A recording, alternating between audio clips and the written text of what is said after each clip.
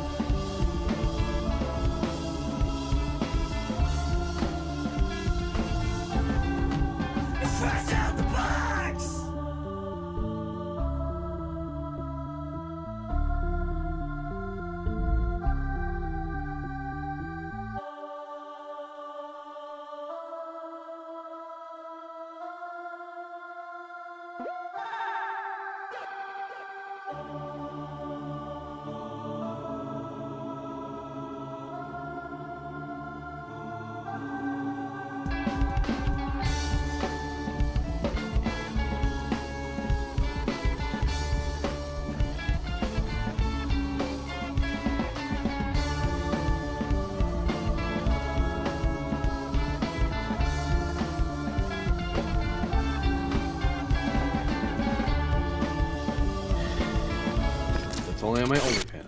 Yeah. Hey there, everybody! Welcome to Fresh Out the Box Plays Fallout from Modifius Games. I am the board game guru, game master extraordinaire, and a player tonight, Johananon! It's me, Casualty CDG, co-host of Fresh Out the Box. I'm a podcast poppy. I'm the tabletop titan, and today I will be playing episode 1 of Fallout: The Big 51 Trail, and I'll be playing Chet Schuyler. I'm AD Springer, also known as Corbidian, a variety video game and tabletop role-playing game Twitch streamer, and I'll be the GM for this particular Fallout tale. My name's Alicia. That's Elsa. And I'm going to be playing Roadrunner, who it's meepin' time. I had something prepared for this, but I'm very tired. It's fine. I am Vampire Bites. You can call me Vampire Bites because that's my name. And I will be playing Milt, who is a survivor for Fallout: The Big 51. Hello, once again, I am Michael Pao, aka Mr. Kapow, that's MRKAPAO, and I am super hyped and excited to be playing the Fallout ttrpg, and I will be playing your malfunctioning Mr. Handy named Marvelous Max, who's kind of malfunctioning and thinking that they're, a game show host. Suddenly the Squid Game soundtrack kicks in. Just all one big game show the whole time. But yes, time to get going. And just to highlight to all of you that I start with 5 GM action points. That is the amount of players that are currently present for the game. So that can be gained by other means, by you guys buying dice, by you guys getting complications, and certain types of monsters and people showing up. But I can't run out of those. So if you're wondering why I have 5 Nuka caps, that's why. And if someone powers me up, that's likely what I'm going to do. I'm just going to give myself action points. So keep that in Do mind. we have a group pool similar in this game, or...? Yes, you guys share a player action pool, whereas my action pool has no limit. It can theoretically go up to 100, 200. I don't let it get that high because I spend it normally. But you guys have a limit of 6 unless you have a talent that ups it further. Cool. And it goes down 1 each time a new scene starts. Do we So start with any? You start with 0. Cool, just making sure. All right, let us get right into it.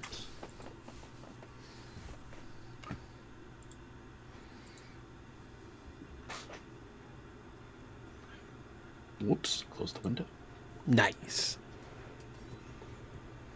The sun began its slow crawl over the horizon, casting long shadows over the bleak plains. The remnants of pre-war Montana lay scattered across the landscape like the bones of a giant long dead. In the heart of this forsaken land, a caravan stirred to life. Comprised of a motley crew of survivors, the caravan was more than just a means of transport. It was a lifeline, a fragile hope carried on the backs of battered vehicles and battled, hardened souls.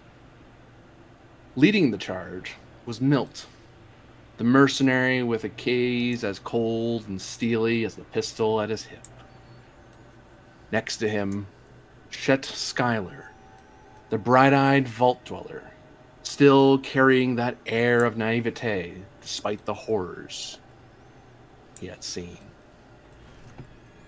Hephaestus, a ghoul with skin like cracked leather and eyes full of ancient wisdom, moved with a purpose that belied his decrepit appearance. Flanking them were 2 Mr. Gutsy robots, Roadrunner and Marvelous Max, their metallic forms gleaming with an otherworldly sheen. Their destination was north, toward the Canadian wasteland, a land whispered about in campfire tales and barroom banter. Stories of untapped resources, clean water plants, and an operational Nuka-Cola factory tantalized their imaginations. There were also darker rumors, tales of mutated wildlife, feral ghouls, and a sinister figure known as Dr. Necros, whose ambitions threatened any who dared venture into his territory. The purpose of the caravan was clear: to secure a future in a world where the past had all but destroyed the present. They aimed to claim the rumored riches of the North and carve out a place of safety amidst the chaos. Yet, as vehicles rumbled to life, their engines coughing and sputtering, the challenges ahead loomed large. The wasteland was a harsh mistress, and the journey promised to be fraught with peril. The first step of their expedition led them to Old Man Riley's trading post, a fortress of steel and wood amidst the ruin. Riley, a legend in his own right, had promised them a lead on valuable supplies, a cache hidden in an old factory in the ghost town of Ashen Mile. These supplies would be crucial for their journey. But Riley, with his one eye gleaming with wisdom and caution, had many warnings to give them. As the caravan approached Riley's outpost, the air grew thick with anticipation. The old trader stood at the entrance, chewing on a piece of jerky, his wooden leg tapping rhythmically against the ground. His gravelly voice carried over the wind as he greeted them. "Glad you can make it," he says, squinting at you. "I hope you're ready for what lies ahead. The wasteland doesn't take kindly to those who aren't prepared."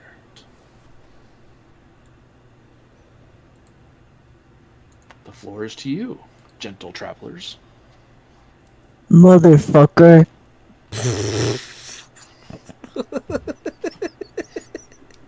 What? Sorry, that was, sorry. Whenever I found this robot, I tried to fix it, and I did my best. It doesn't quite talk right, but it means well.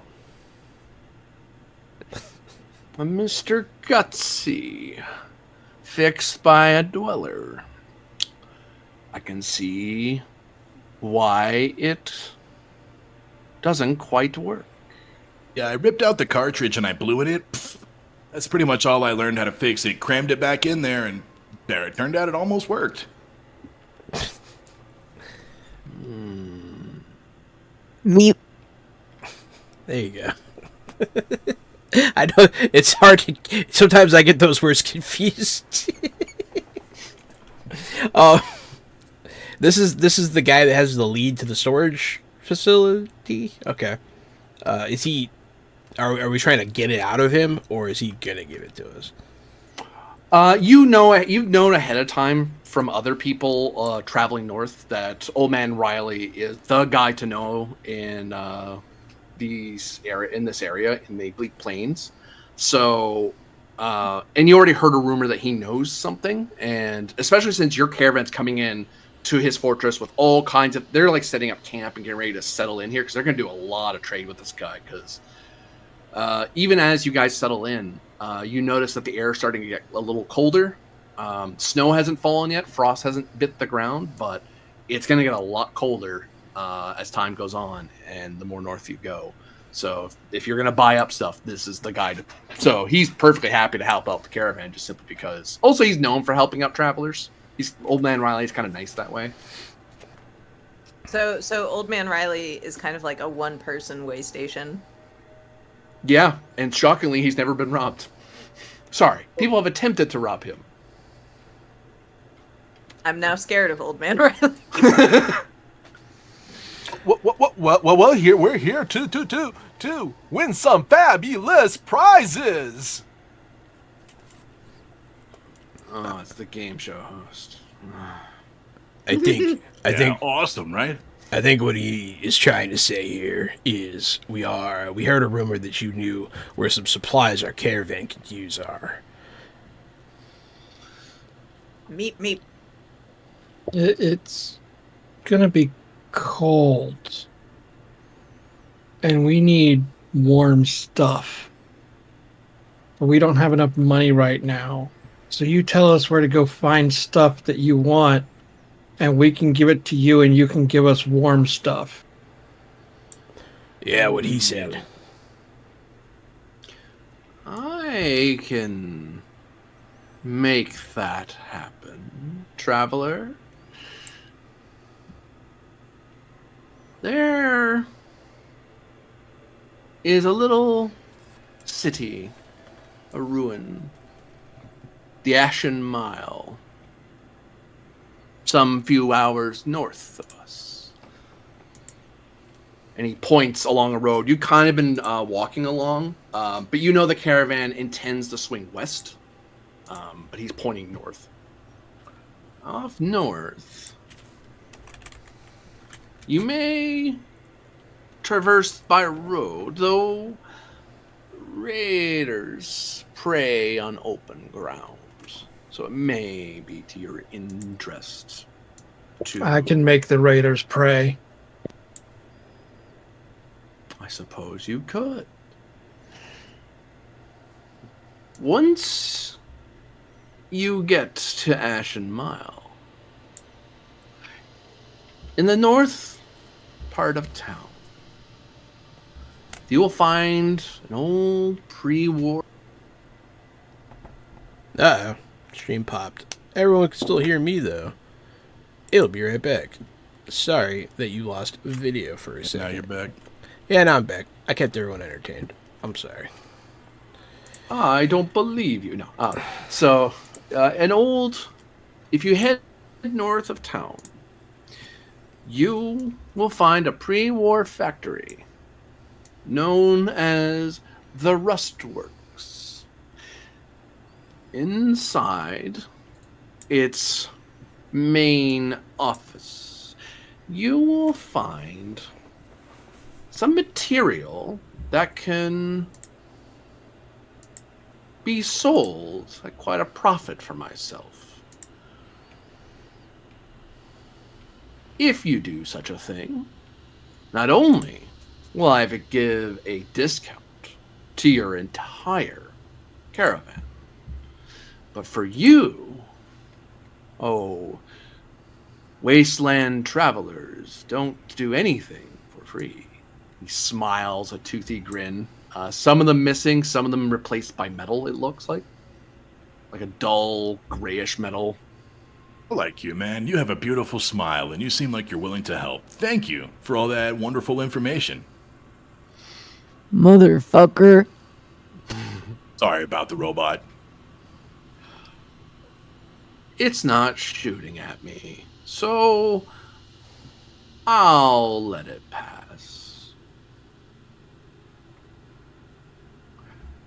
But your reward, I will give each of you a new weapon of your choice from my store. Or if you're attached to a weapon, I will personally improve it. But wait, he points at the game show, at Marvelous Max. But wait, there's more. I have Meanwhile, Milt is over here trying to figure out how to attach the weapon to himself. It's not tape, it's not... I know you are heading north into the great cold, the big 51. You a psychic? No.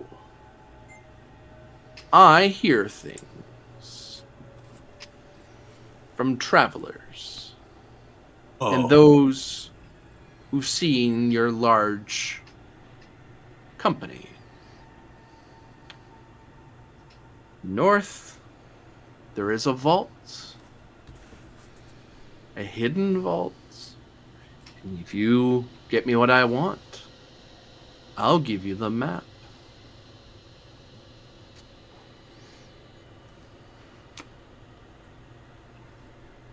Well, that sounds fine and dandy. We are in it to win it. Good. That's good. Yeah, He just grabs a new piece of beef jerky and starts nomming on that. Seriously, this guy seems to be more, he's less masticating the thing and more drawing every ounce of juice that is in that beef jerky. So he's kind of gumming it around his mouth as he's talking. Truly a mood. it's gross. Please. I don't It's like beef jerky, right? That's not people, right? I don't think so. Is it people? And it's like that super dry, tough beef jerky, too, isn't it? AKA the best, most flavorful kind. Hey man, before we go, I just want to let you know you smell great, and it's been our pleasure to meet you. It is nice of you to lie, Vault Dweller. It is nice I of love you the smell to of lie. beef jerky. Beef jerky is one of the things that me and my dad used to share all the time, man. We love beef jerky. I love beef jerky. It doesn't smell like beef, but it does smell like jerky. Yes. We know where the stash is. We know where the raiders are. Let's go crack some heads, huh? Let's get over with. Just gonna stay here and hang out with this guy, if that's okay with you guys.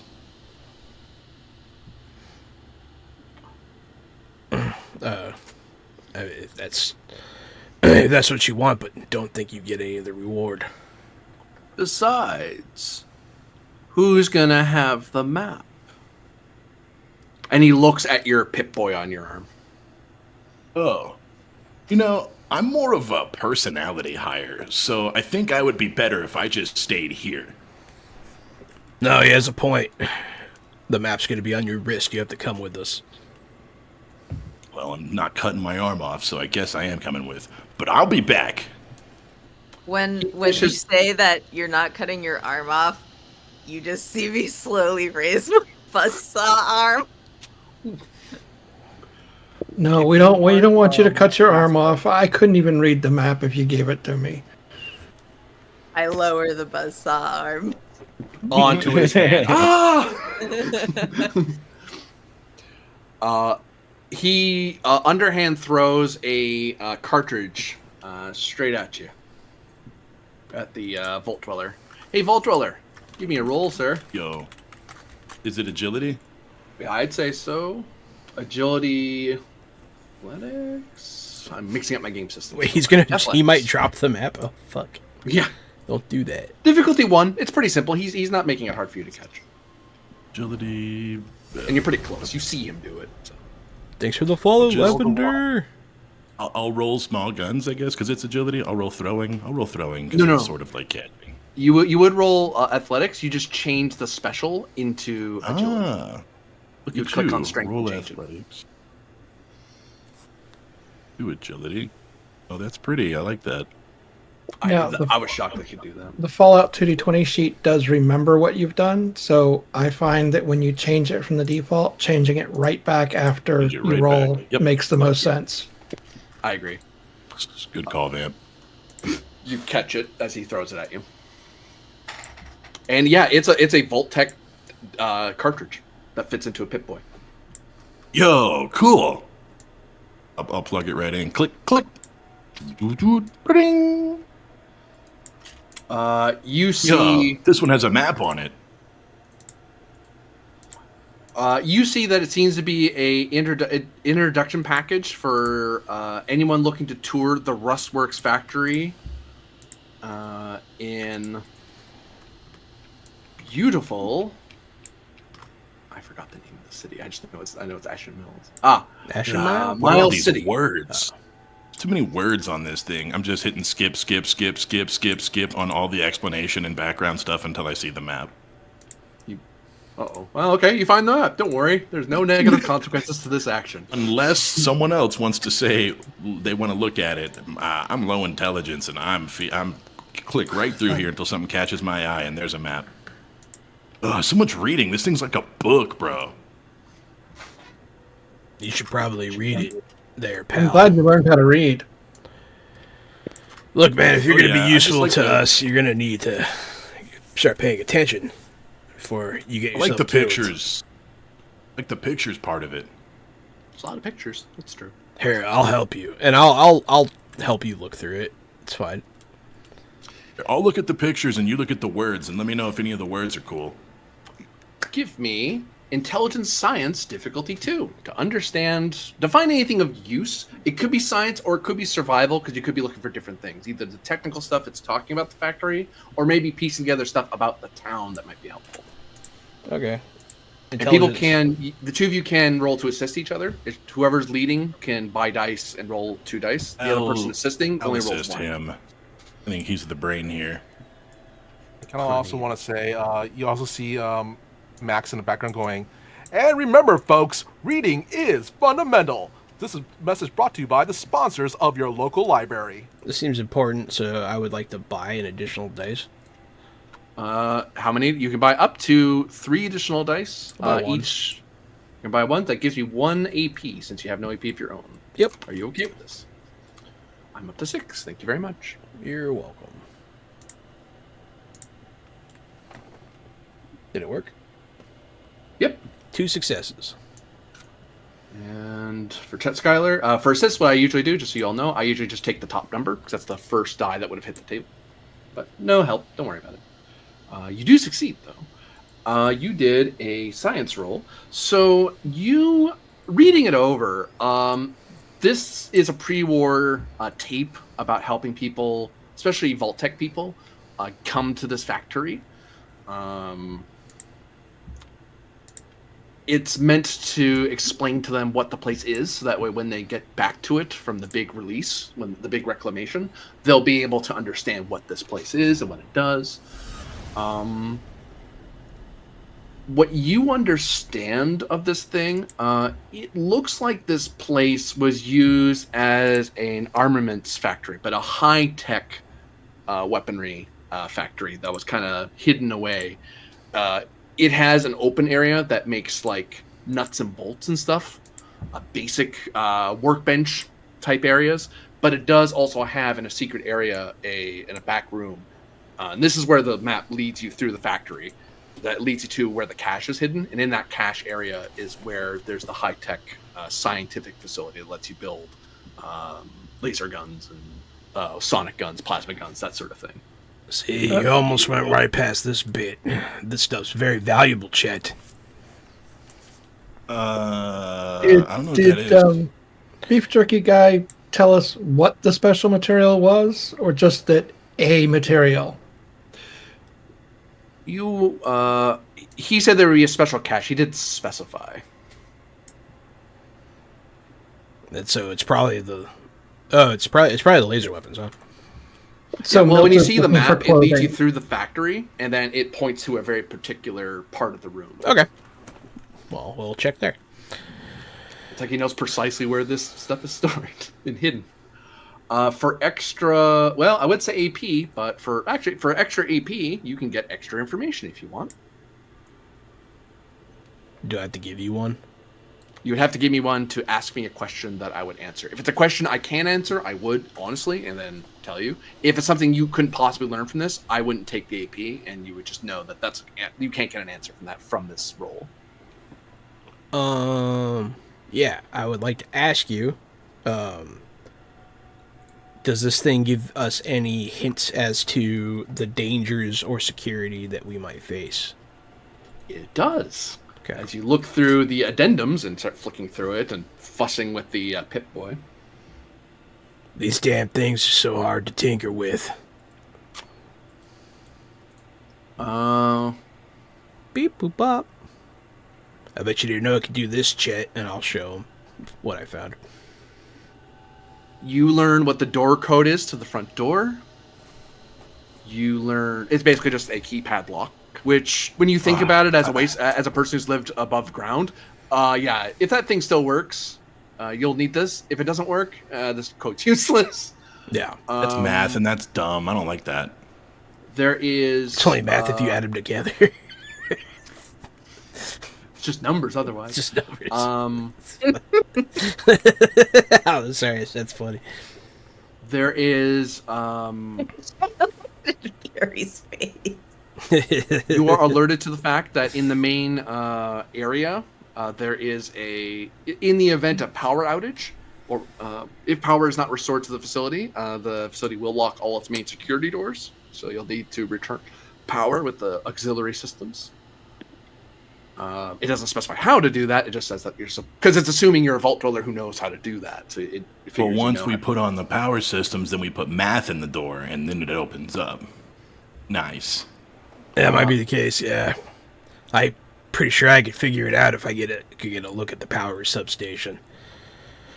You also learned that there are hidden security measures that if an unauthorized person is walking through secure areas past a security door, then a anesthetizing gas will fill the room until security can pick them up.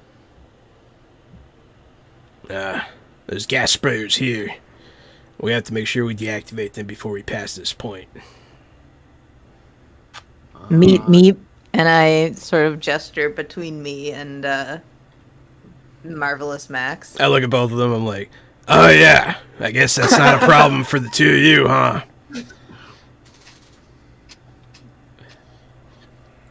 And surprisingly, as you look it over, and you're a ghoul, right? So you've been around a while. I'm a ghoul. I've been around a while. You know that in some wasteland areas, there's usually turrets or some sort of automated system, especially for a factory that's still like pretty intact. You look through it, no, there's nothing automated in this place other than the gas systems. There's no robots, there's no turrets or anything. Good news. No enemy robots, no miniguns that I can see. I think this might be easier than it looks, but that's worrying in its own right. I'd rather have stuff I can shoot than machines that had beans for lunch. That's fair. All I have is my baseball bat, so I'm not sure how well I do against an automaton anyways. How did I become this? And I'll, be sad. Milt, you were looking around window shopping, I believe, yes? Perhaps finding some denim? But no, that's what Milt is going to be looking for when we get to the factory. Because it was a special material. Blue jeans, the savior of America. Exactly. This fucking guy over here with his fucking puns. Does this beef jerky guy sell stuff, you said? Yeah, you actually see people, as you guys are talking to people, are coming into in and out of a shop and buying stuff and changing caps with them. There's a fair amount of stuff in the store. I'd be interested in a better melee weapon, potentially. Well, good sir, this is where buying things has luck involved. One moment. I'm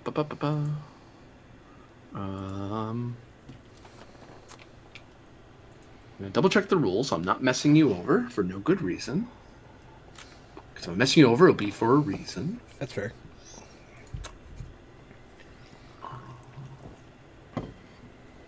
There it is.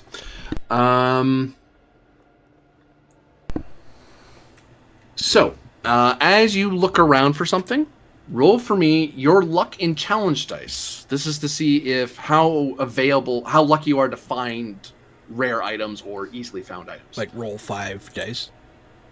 If you have 5 luck, yeah. Would Max be able to assist on this one? You would make your own roll because that'd be you shopping. Are they? I found certain stuff. Some of you might get lucky, but we have a much better chance of finding the things you want than other people. Is it the face dice? Only when you have saying. Hey, the face dice. Yes. Boom. Hit face, double hit, double hit. The effects rolled is the maximum rarity available. So rarity 0 and 1, I believe. 1 face, yep. So up to rarity 1 items are available that you happen to like. A better melee weapon of rarity 1. There's like combat knives, machetes, baseball bats, pipe wrenches. It's about what I have. Tire irons, yeah. If you wanted like an aluminum baseball bat, you don't see one here. Yeah. When you look around. So if I wanted to hopefully find something with a rarity of 3, I would need 3 effect dice. Yep. Oh boy, wish me luck. Nope. Good They luck. don't have my ammo. You didn't wait for me to wish. They don't have my ammo. I want Max to roll. What do I roll again? How do I roll? Luck. How do you roll? The top corner of the character sheet, top left, there's the face dice. Click on that, and then it'll ask you how many combat dice to roll. Okay. So how many do I put down? What's your max luck? 8. You roll 8. All right. That's a lot of dice. Oh. Rarity 2. Anything that's rarity 2 or lower. But only for him, right? Mm-hmm. He could buy other people that, but he has to be the one who's if he's buying it, like if he's bartering for it, he has to barter. 'Cause he's the one who finds it. Okay. So what would a rarity 2 item be in this instance? Well, there's a lot in the equipment chapter in chapter 4, and there's a whole bar that shows rarity. Certain foods, certain weapons will have dash rarity. Others will have 1 or 2 or 0. So, what kind of thing are you hoping to find? I can help you look for it. I'm hoping to find something that's melee but also powered. Rarity 2, you say? You have a hand, right? A gripper? You're Mr. I have a pincer. Handy. Yeah, pincer.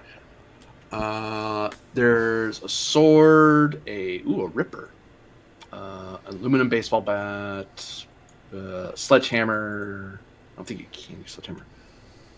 Power fist, hilariously. So you can double check. Yeah, a ripper is basically like a small militarized chainsaw sword. All right. So- Max is going to pick up the Ripper and goes, well, if you're looking to slice and dice your way out of your problems, check this out. We got ourselves a handy dandy Ripper.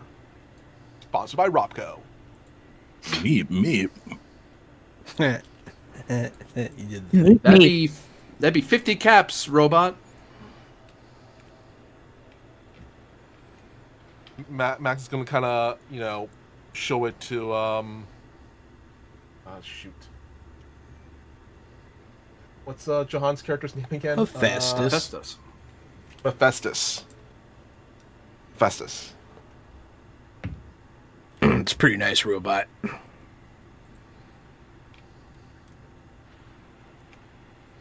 You gonna buy it?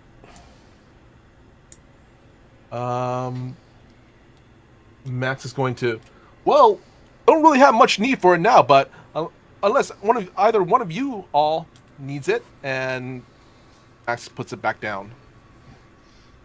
Oh, I'm 5 caps short. I'll tell you that.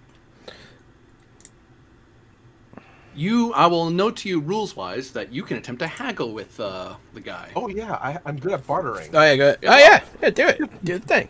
Yeah, Charisma 50 caps, plus you barter. It's a charisma plus barter test. It's opposed, so I don't tell you the difficulty ahead of time. You you roll your dice, and I roll mine, and we see who has more hits. And whoever has more hits than the other, that changes how much it goes. Now, here's the downside: if the other guy gets more hits than you, they up the price because they've talked you into thinking it's more. You've accidentally talked them into thinking it's more expensive than it is. Gotcha. Well, you know what? I'm going to barter. Do I just add my charisma and my barter? Yeah, it's a charisma barter roll. Do you wish to buy additional dice? Because your default is the only roll 2. Does it matter if the barter is tagged for me? So it will automatically calculate that. Tag means that if you roll your skill, your rank in that or lower, that's a critical hit for you. Whereas normally a critical hit's only 1 if you don't have a tag. Okay. So do I roll the face or do I roll the D20 thing? You would click on the skill name itself. Yeah. So you'd click Skill on name itself. barter. Gotcha. You know what? No additional dice this time. So I just submit. Yep. He'll probably ask if you're adding more dice and stuff, so all that stuff. And you know what? You guys weren't mean to the old guy, so he's not buying any dice. He's no reason to mess you over. So Also, my perks might actually come in play now. If I'm not entirely sure how the rule system here works, but if it's not that great of a roll, I could re-roll a d20 on a post test involving barter or speech because I'm a smooth talker. So far you have 3 successes. We'll see what what your friend gets. Sorry, guys. 1 second. My dog is looking at like an inflamed spot on her foot, so I'm just gonna get some Vaseline for her. Cool. Me. Boop, boop. And grab this guy. And we'll do...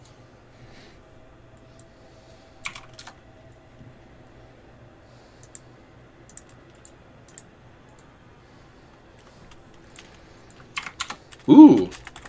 They roll terribly. You got 3 successes more than their 0, so you generate 3 player action points. Yeah, we got action points. On top of that, Who wants to track action points for the crew? I have them written down already, but Okay. he's also going to put them on the screen probably. Yep, I have them over my name as well.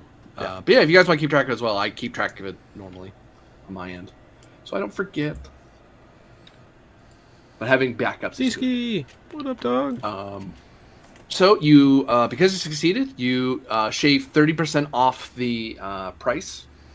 So it's 35 caps. And because he got a complication, It's free. he it's not gonna be free. He's gonna tell you that you'll get the same level of discount on the next item you buy. He likes you. He thinks you're a straight shooter. Sick. So you don't have to roll the next item part with them. All right. Well, I give the robot 35 caps to buy the Ripper for me. That sounds good to me. And Max pays for the Ripper and then hands it to Festus.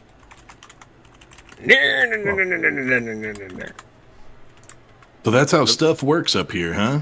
You give them like those drink tops, and then they give you stuff.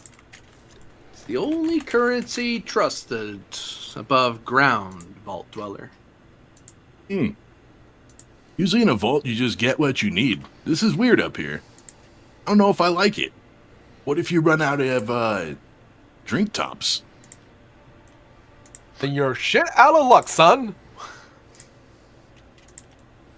Hold on. Better stay Points and thirsty. nods.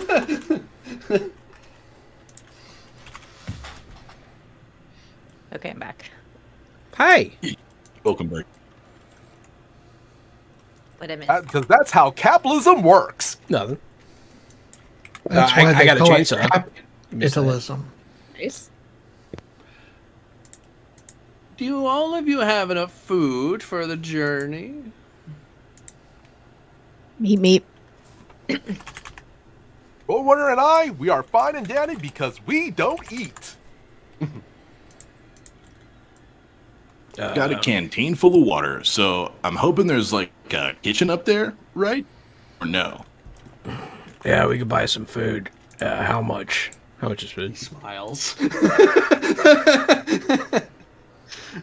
Like a Capitalism cafeteria? at work.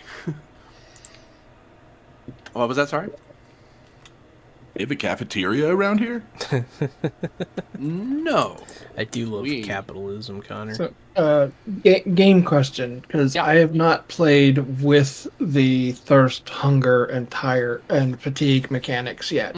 They've been optional in the games that I've played so far. How often do you increase hunger and thirst? So, hunger will only fire. You have 2 hungry. I've done a somewhat easier version of hunger and thirst, so you're not tracking every hour and every level. There's only 2 levels you care about for hunger and thirst. There's 3. One is you're full. After 8 hours of not eating anything, you go to hungry. Hungry's fine. There's no penalty to that. But your character will know that they're hungry. Like, you'll feel it. After 16 hours of being hungry, you gain 1 fatigue, and you drop to starving. And if for every point of fatigue you have, when you start a scene, or sorry, for any time you're like when you generate action points, you gain 1 less action point for every point of fatigue you have. So the more fatigued you are, the harder it is for you to build up momentum. Also, if you for every 2 fatigue that you have, you start every scene with 5 less health points. And if you're starving, for every day that you're starving, you gain 1 level of fatigue. For thirst, it's 8 hours before you become thirsty. 4 hours thirsty, you become dehydrated. Every 8 hours you dehydrated, you gain fatigue, and so on. It's all in the cheat sheet. Connor, and for rest, it's as long as you're resting 8 hours or so on. Connor would not survive. They're hungry every 4 hours. Well, we have some food. Do you guys have enough food? We can just skip the food for now. I have a little bit. No, I don't have any food. You have any food? Okay, so you should probably we should buy a little bit. I was wondering, I kind of want Max to, because I want to keep the old man kind of on our side, and you said that there's other customers around, right? So I want Max to go over to the food area and basically just kind of hype up the food to the customers. Hopefully that by doing so, we'll get some discounts on food for our party. Give me, let's call this Charisma Barter. I'll call it difficulty 3. Gotcha.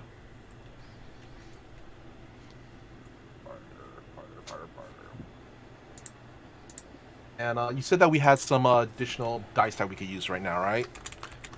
You could buy an additional die with your action points, or give me action points to gain additional dice, or both.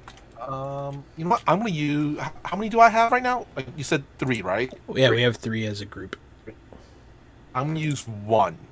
Okay, that buys you 1 additional die. You roll 3 dice instead of 2.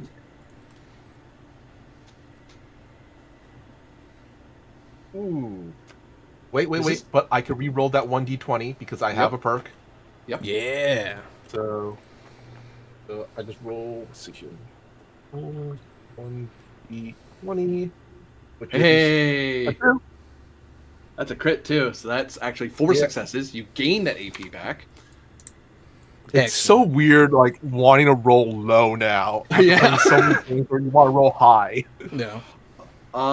So you what was the discount I gave you before for stuff? 30%, was it? 30%. Yeah, you've now garnered 30% discount for food and water for your entire party because you managed to talk the rest of the caravan into buying food now, which they shouldn't do that because if they wait for you guys to come back, the food will be discounted. But now you're kind of going, no, buy it now before it's too late. And it's like, oh god, we better buy it now. And old man Riley's like, it's extra cash for me. Sure, you're my new friends, you know. Remember, folks, be sure to eat a healthy breakfast full of sugar with sugar bombs. God, making people buy sugar bombs. Are they all? Is all the food available, or just rarity 2, or like what?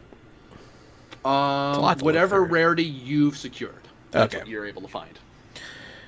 And if you're looking for a nutritious lunch, we have Blamco mac and cheese. And also, don't forget, if you want to chew some gum, be sure to choose Cola Perk Bubble Gum. I want that. Be full of caffeine. Does it all give you the same amount of eats?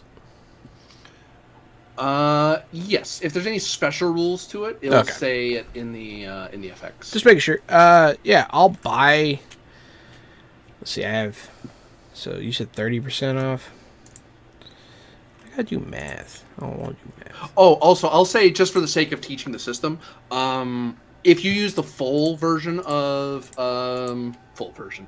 hardest version, I would say, of survival, the different levels start mattering. And so if you have like cooked food or special non-irradiated food, it fills up. It goes up 2 instead of just 1. For you guys, you just want to be full. I can buy 2 melons. They cost 6 each, so they cost like 4 for me. And if you're looking for delicious snacks, don't forget to get your hands on some Fancy Lad snack cakes. Yeah, I'm gonna buy 2 melons. Buy Buy yourself 2 melons. Do they have a little irradiated die next to them? Yes, they do. For each of those melon, roll a challenge die. If you roll a face, it's a radiated melon. Because you can take rad damage from eating radiated food, which that's what he has. Do ghouls take rad damage for irradiated food? Nope, they're immune. It matters if he shares with somebody, though. Ah, gotcha. 1 yes, 1 no. So mark one of your melons is irradiated, one is not. My melons! And a quick reminder, if because you have some Mr. Gutsies around, for each of them can purify 1 bottle of dirty water into pure water per scene. Cool. Because your little nuclear reactor inside your body bubbles the heck out of it and then purges the and cleans the water.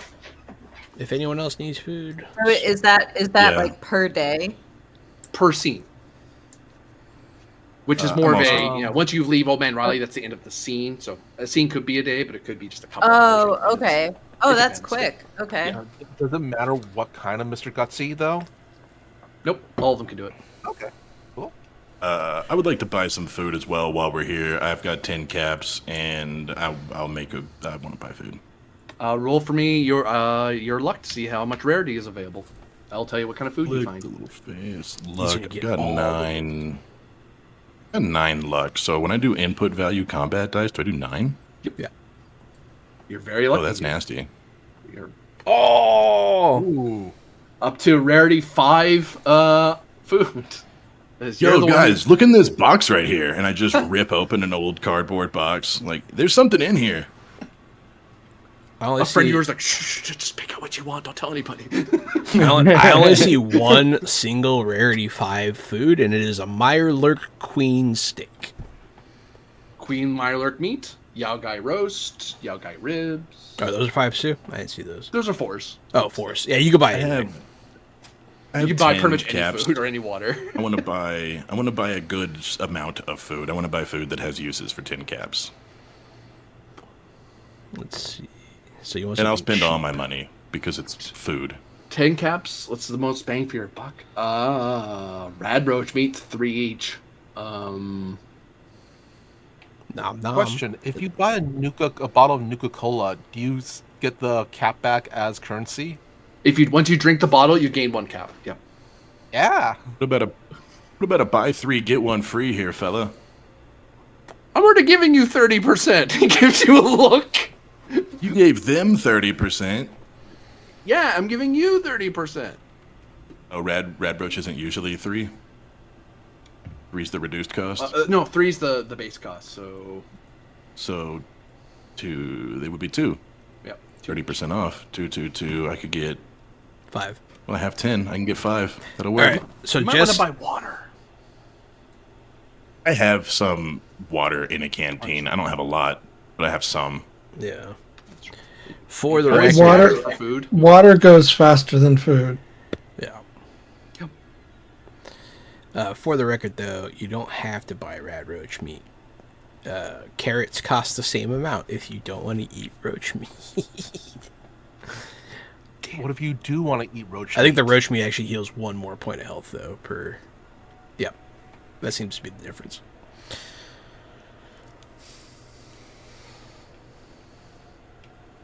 Boom. How much is the HP healed while you're looking at it, John? The rad roach meat? Yes, sir. 4.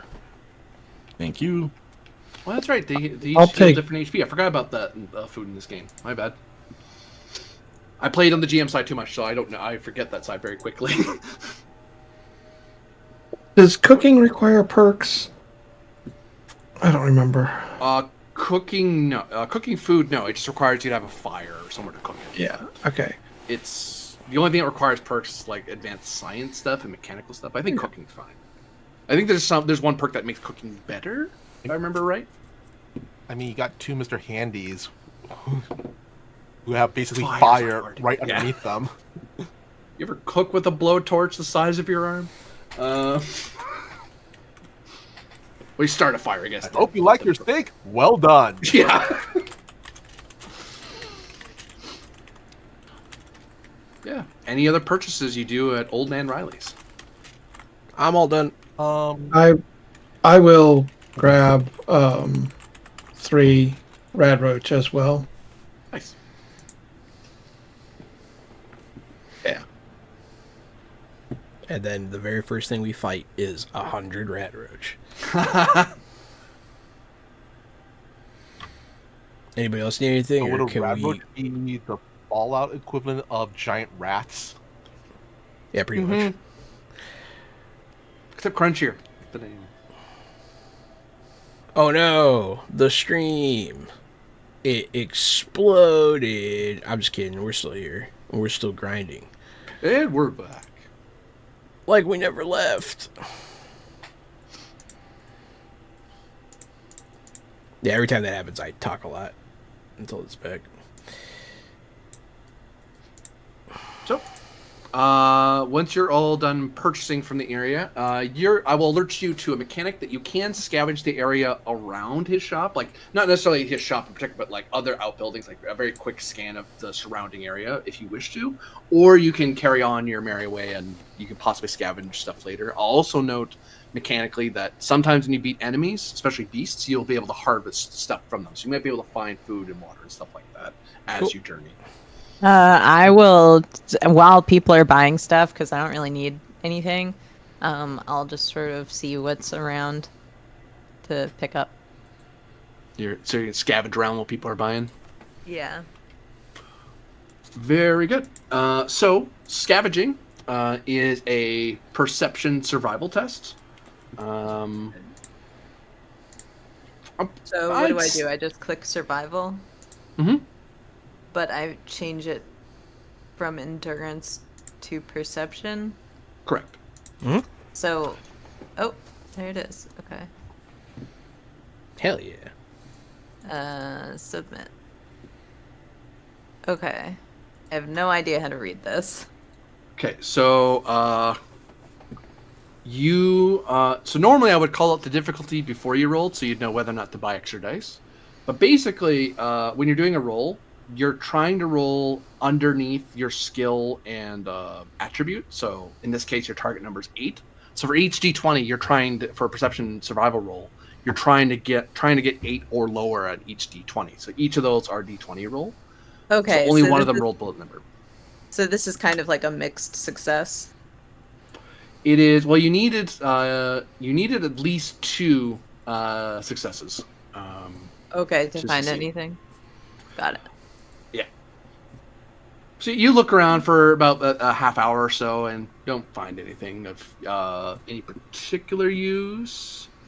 You can try again, but it would take another 30 minutes. Like by the time you search and come back, everyone's bought everything. So you could look around some more, but it would take another 30 minutes to kind of wander. That's the downside of searching, is that scavenging takes time, which means you're eating through. Well, you're not, but living people are eating through their food and water. Are all of you ready to head out? Meep. So, Roadrunner, no luck, huh? Well, honestly, it looks like it's time for us to move on and get into round 1. Meep. Exactly. these robots are gonna kill me. And I'm gonna... All right, contestants, shall we move on forward? Oh, let's go. As we wave goodbye to, what's his name? Old Man Riley. Roadrunner goes, meep, motherfucker. She gives you a look, and other people look over, and they're like, "Oh, it's that bot again." They kind of, it's like, who's telling off Old Man Riley? Oh, okay, no. Sorry, my robot has Tourette's. I'm surprised. So, A lot of people look at you confused. Everybody? Out of character, are we now moving forward, or are people still buying stuff? It's up to you guys. No, yeah, we're all done. Yeah. Autobots roll out. And thus you begin to traverse the wasteland. Query for you: are you guys taking the road, or are you gonna try to stay off the road? Which would be I'm guessing the road would be the quickest and safest way, right? Or safest way, I mean. The road is the Safest, fastest, but raiders are known to stay on roads like that to jump people. Gotcha. Which would Because be there's no safest patrolling way? rangers or anything. There's no Okay. civilization of any kind here. Like Okay, this so Riley's which probably would be the the- last. Not So which way that would be the I, safest? not that Roadrunner can express his opinion, but we have 2 Mr. Gutsies, and like 3 people. I feel like we're a pretty formidable pack. So I would. Well, we got 2 people and a vault dweller. I thought that was coming my way. I mean, unless they're feral ghouls. Feral fair. ghouls don't give a F. So my vote is for the road, but Roadrunner can't express that. Let's stick to the You road. probably start heading that way when Yeah. you see and like, hey, where's everyone going? yeah. Roadrunner's just like, la da da. So Milt has a high perception and a high agility and a decent strength. So Milt takes point and we head out the road. Sounds like a plan. All right. So Keeping our eyes peeled for the raider ambush spots. Sometimes when Yeah, you I live in feel a like- vault, there's not a lot of fun stuff to do. So one of the things I used to do was walk around and count how many lights there were, and there were 137 lights in my wing, and then I decided to rank them of which lights were my favorite and which lights were my least favorite. And I was going to ask you guys if you could relate to that, but as I look around out here, you don't have a whole lot of lights. Well, if you want, you can play the time-honored game of Punch Buggy. I raised my buzzsaw arm. Look, sees a buggy and then punches Chat. Punch Buggy yellow. I don't know if I like this game. I thought Punch Buggy was like when you're fighting rad roaches with no weapons. No, that's Bug Punchy. It's It can be common more than one mistake. thing. oh yeah, a scene ended. So your AP pool goes down by 1. Oh no. Among you, you're looking at difficulty 3 tasks to navigate your way to the factory safely. This is I heard a roll. So kind what of- roll? Oh, that wasn't a roll. That was just a thing. Sorry, the beep in my ear usually is a roll. It's me. So, it's a difficulty 3 task. You're looking at a perception. By default, an endurance survival roll. If you can make an argument if the leader can make an argument how they're navigating in a different way, then you can use something other than endurance. But survival should be the thing. Other people can assist that person with that role because you're all working together. The main person has to do something survival because that's how you're moving around. Everyone else can assist as long as they can give a good explanation why they're not using survival. That's a tag skill for me. So yay. But because I'm specifically, one, we are following a road, and 2, I'm specifically keeping my eye out for raider ambush spots. Yeah. I would like to use perception. I follow the argument. And we also have a map, so that's fair. Does the map make We it spoke easier? during our session 0 that Max has a map in their database. I was wondering if I could use to assist using intelligence and survival. You could. I'd take that. To answer the question about the map you guys got, if you didn't have the map, it would have been difficulty 4. Oh, okay, so it's already easier because we have the map. Cool. Yeah. Oh yeah. So who's Right. rolling? Who's, am I getting rolling? am I getting any assists on this roll, or should I buy buy the extra dice? I would say buy at least Max one, is assisting. and then Max is assisting. Yeah. Okay. And I keep will in mind, spend- for assists, you need to get at least 1 hit for other people to assist. If you get 0, no one can assist you. Yep. I will go ahead and spend 1 AP for my roll. Very good. vamp, vamp, vamp, vamp. 3. Ooh, you nailed it so far on your own. But we can still assist. You still can. Doesn't get So I don't have some to AP. roll. Okay. How did you do that, How did I do what? Alicia? You attempted to use a. I went like command this, of the selected token, and then but no something tokens are happened. accepted. Yeah, confetti shot out. That was weird. Oh, sorry. here. Boop. Click on your guy. Okay. Gotcha. I probably should I have don't know these how to out to me. recreate it. Just put these here. You guys have your.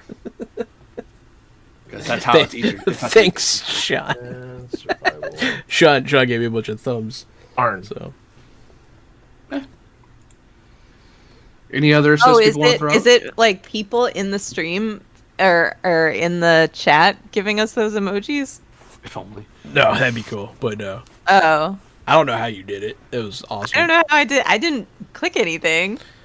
Sean's doing the ones that are popping up right now, but your confetti was just. I think you're just a magical human being, apparently. I can't redo it. So That roll, because you took the road and you succeeded, the journey would have taken you about 12 hours to get there. Because you took the road, it only takes you 6 hours to get there. So people's food and water don't trigger because you guys took a very short amount of time getting to where you want to go. I believe it's 6 hours. Yeah, it takes 8 Hooray. before it fires, so no one's worrying about food or water yet. I don't even think sleep cares, because sleep takes a long time to fire, I think. It's like 8 hours or something ridiculous. Yeah. the lucky thing is that nobody has to take a watch shift because it can just be me and Marvelous Max. Yeah, have it. Meta thing. Friggin' Mr. Gutsies and Handies on watch, they have a bonus to seeing things because they have 3 cameras all the time. Sneaking up on a group like that with anything's almost impossible. Unless they don't have perception. So, just saying. I mean, imagine playing in like a five-person group with only one like flesh bag and everybody else is a Mr. Handy or something. So yeah, the journey across the wasteland. You guys walk along the road. There does look to be there were fights along the road, but whoever one side or the other lost and broke up. So you're able to kind of get to places and watch out for monsters and to kind of not engage them if you don't want to, sort of thing. Especially if it's like a big group of stuff. It's like that's a lot of bloat flies. Let's just hang back for a minute. And they'll go away eventually. Unlike New Vegas, where they just stay there forever and ruin my save. I'm not bitter. You're bitter. So, you begin to travel up to the settlement, this ruin, this small city that once was. The map indicates not to go through the city, but to go around it to the north side of the city. What do you guys think? Well, folks, we have 2 options. We could go through it, which would probably be a shorter time, but might be dangerous, or a safer route is going around it, but probably a longer Might period of I time. present a third option? And this one takes a lot more time, but we could dig under the entire town, make our own tunnel, and pop out on the other side. That would be quite illogical, because that would take probably calculating and Max's database is like doing some number crunching. It would probably take 10 years with our present manpower. Honestly, that'd be Yeah, kind of maybe we don't. impressive, but Maybe we don't do that then. do we know anything about this city?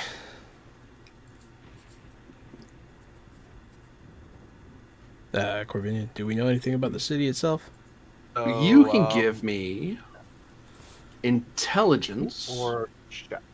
plus survival, difficulty of 2, because you are a ghoul. You've lived a long time. You might remember things.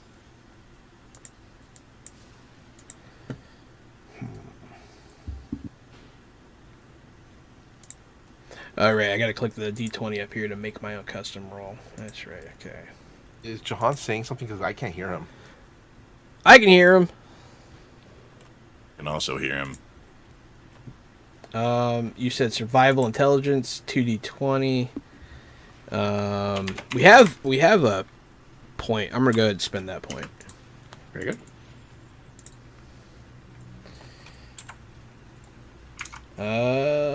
One success. Anyone want to assist? You could, yeah. Would they also have to use intelligence survival?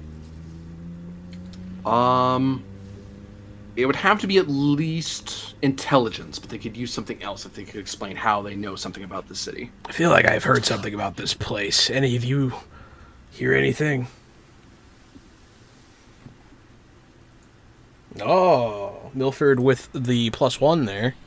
No, I take the I top mean, guy. I could assist, but like, it wouldn't really work very well communicating it. Can well, two things. Max could translate, and also Max. I was wondering, Max could also roll that intelligence and survival if it's in any info in their data bank. Mm-hmm.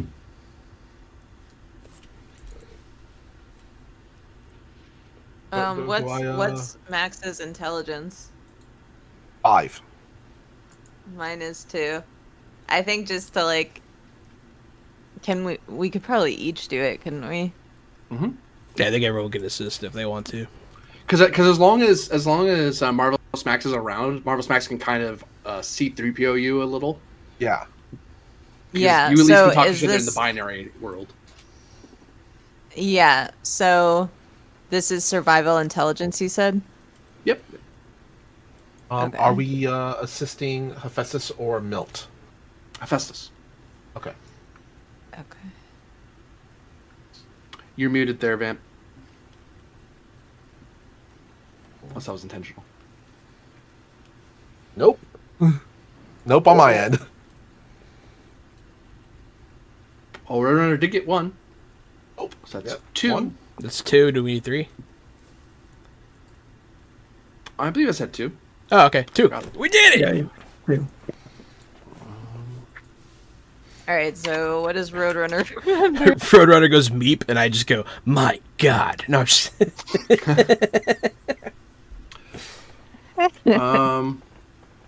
Oh, okay. So, few things. Ashamal used to be known as Miles City, small, bustling town in Montana, with rich history back to 1800s. It became Ashamal afterwards because the nuclear fallout basically buried the city and ruined it. You know about the rust works. You know no one lives there currently. It's just far too dangerous. It was far too irradiated for people to bother. Supposedly, there's a haunted schoolhouse in the city. And because of all the radiated areas, that means feral ghouls are quite frequent within the city, and even at the outskirts. That said, there is supposedly a raider leader called Jaw Jackson, who is he's not in the city, or supposedly he's based in the city somewhere, but probably somewhere safe from radiation, so maybe in a subway or an underground area, something like that. This place also has a variety of hidden supplies and bunkers, because this was one of the supply cities for Vault-Tec, but before the war started, it just never got finished. They never got their own vault, so because the war happened too soon. There are supposedly some survival settlements out here, but they're very small. They're not based out of the city itself. And yeah, there are some bits and pieces of radiation all kind of darted about the city, so you have to be very careful. It's not obvious that it's irradiated. If you see a huge buildup of dust, stay the hell away from it. The map screen on my Pip-Boy says we should go around this town and not through it. So when Roadrunner is explaining about the city, it's basically just meep meep meep meep meep meep motherfucker meep meep meep motherfuckers. Max translates all that in their usual game show hosty lingo. That's You know how they right. advertise you're about to go to shiny Honolulu for your next prize? Yeah. Well, I was thinking Enjoy kinda like beautiful vistas of irradiated dust. exactly.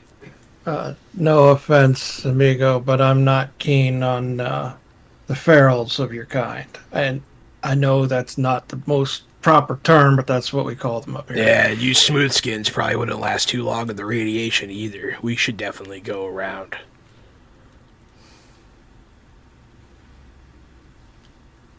Well, after you, Milt. Follow the trail around the city. Mm-hmm.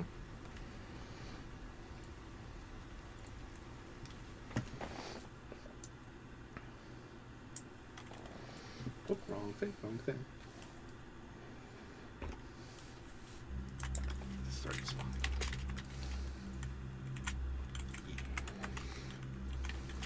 Look at this needy idiot. It's like it's like what my ex-wife called me.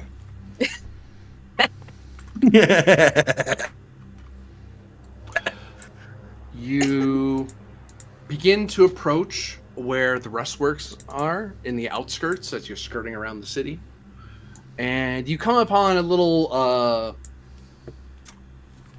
it's not an out town or anything like that, but you know how when you go outside of a city, there's like little pockets of like little villages, little hamlets. That's kind of what this place is, as you see like an abandoned general store, collapsed barn, a old schoolhouse, like one of those singular ones from colonial era sort of stuff, and like a tiny ruined church. And you can see the factory way off that way.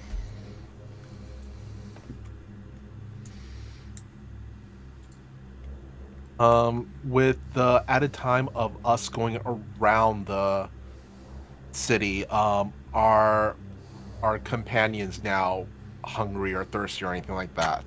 That only took an hour to do, I would say. So you're at hour 7. Okay. Okay. So do we have to go through this area in order to get to the? Yeah. Okay. Otherwise, you're adding a whole How much- extra hour, maybe 2, if you go even further north to get around these buildings. Okay. So which way is it again? Sorry.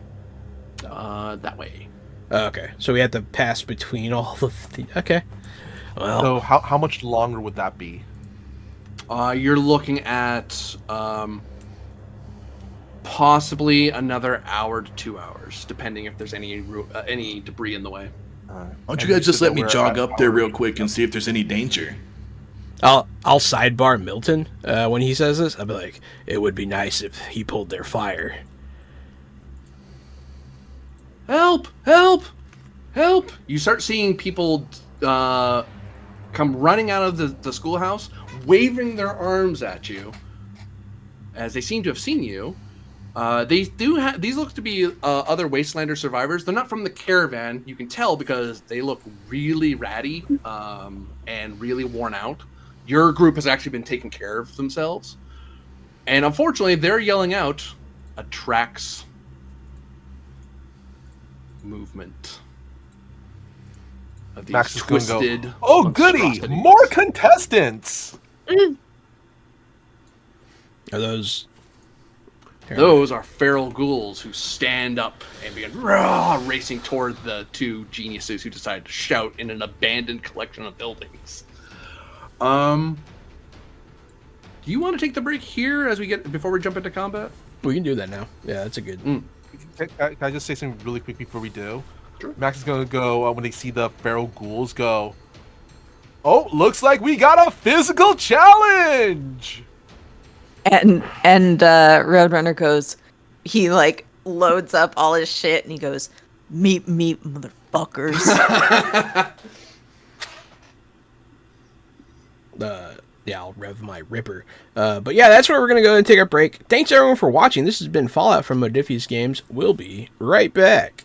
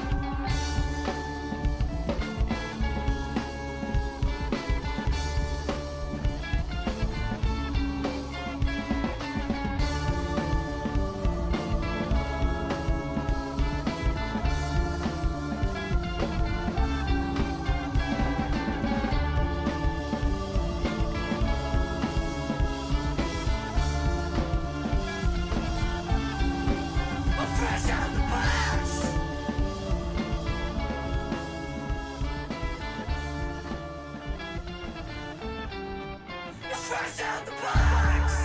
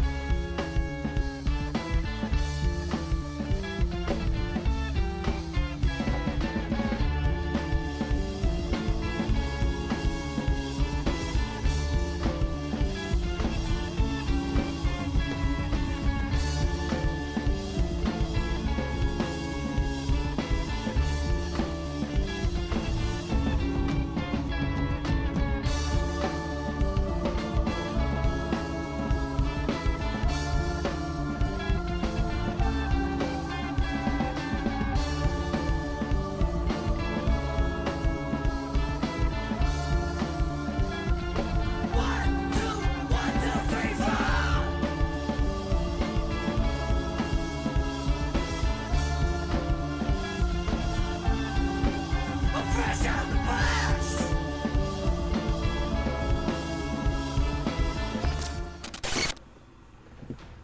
Hey everybody, welcome back to Fresh Out the Box Plays Fallout from Modifius Games. I'm still Jehananon.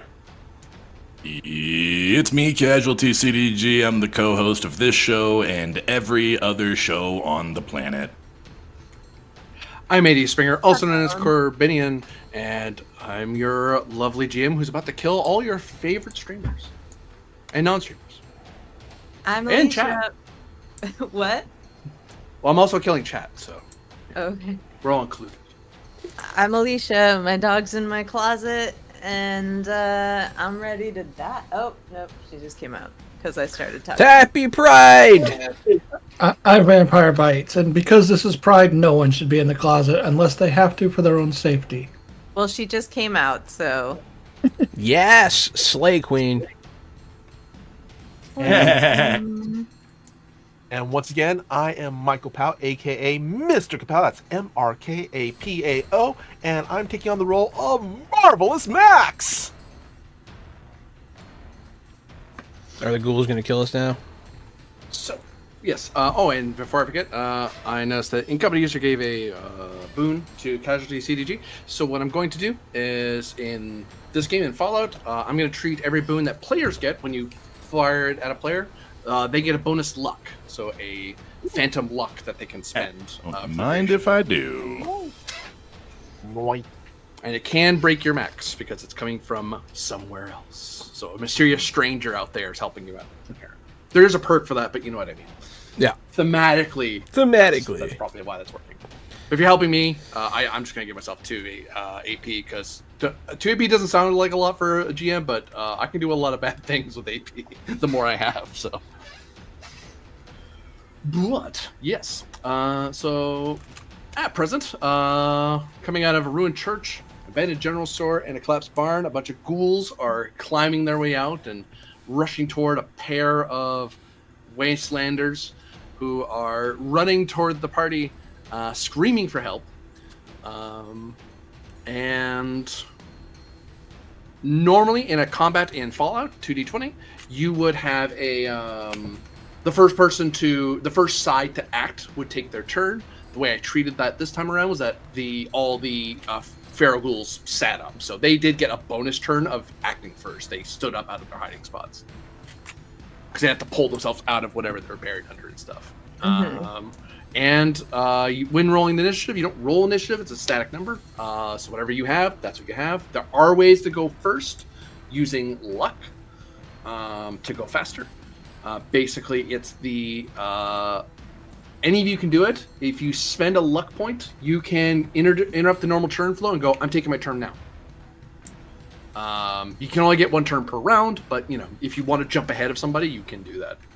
Just remember, it burns your luck each time you do it. But yeah, the first act, due to the initiative order, is Milt. For those who don't know the mechanics, you'll see these lines here, these faded lines on the map. These are zones. So in 2D20 systems in general, you don't mark so many yards or so many meters or so many feet. You mark zones. So you can be anywhere in this zone and not use up any movement. If you move to an adjacent zone, like the store or over here or forward, you would have to, that uses up a move to go there. There are ways to move more than one zone, but that's usually a special action to move fast, to move multiple zones. You're keeping the stores as individual zones as well? Yep, each of them are their own zone. And they overlap other zones somewhat, kind of. They break up the zone. Break up the zone. Yeah, because they cut chunks out of the other They zones. cut chunks, yeah. No, that's cool. I like it. Makes sense. This is actually the concept that I had the most trouble with when I ran Dune. I was really confused by what zones were, and now I get it. Dune is even harder because it's a lot more high conceptual about stuff like that. Okay, so it's not just. So don't feel bad. Dune's the hardest 2D20 to run. Yeah, Dune uses whole halves of worlds as zones, but only sometimes depending on how you're moving. Yeah, And it's really, for those it's of really us, weird. for those of us using ranged weapons or melee weapons, same zone is melee. Adjacent zone is close. No, so sorry. If you are in one part of the zone and attacking someone else in it, that's still close. Okay. Melee is when you're actually you just basically say when someone's attacking you in melee, you have to spend if you're attacking someone in melee, if they want to move away from you, they have to spend action points to move away from you. Whereas with a close attack, I don't need any action points to move away from you because you're not chasing me with a melee weapon. Adjacent zones are medium, and 2 zones away is long. Okay. That all makes sense. And then I will move into this zone. So you move into the ruined church, where I will note for your edification that in the zone there's some traits that you might want to be aware of. Here, there are some cover in here from walls and overturned pews. So if someone's attacking into the church, they do benefit from cover dice. You do see that with another move action, you can move up into a steeple to have a vantage point down on everyone, which acts as which will give you a reduction in difficulty. Also note you could ambush people in a place like this, but you guys didn't just if you guys had ducked straight into the church the minute you saw them, you would have jumped right into an ambush and been attacked the moment you stepped in. So. Yeah, you move as a minor action. You move into the church. What do you do while you're in there, Wastelander? Pray.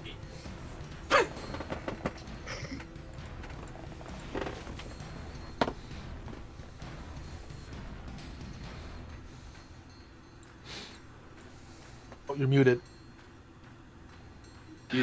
Once in there, I'm going to give you an AP to get an additional minor action. Okay. And then I'm going to use that minor action to aim. Okay. Start aiming your pistol. And I will shoot at this first ghoul here. Difficulty is 1 as you fire your pistol at him. And since I am using the minor action to aim, I have 2 perks that would help me out here. That's not a complication, but do I want to re-roll it? No, I will take my... I will not take that. What? Okay, so you take it as it landed. Since you didn't aim for any one particular area, roll for me a d20 to see where on the ghoul you hit. All right. Go away. Cancel.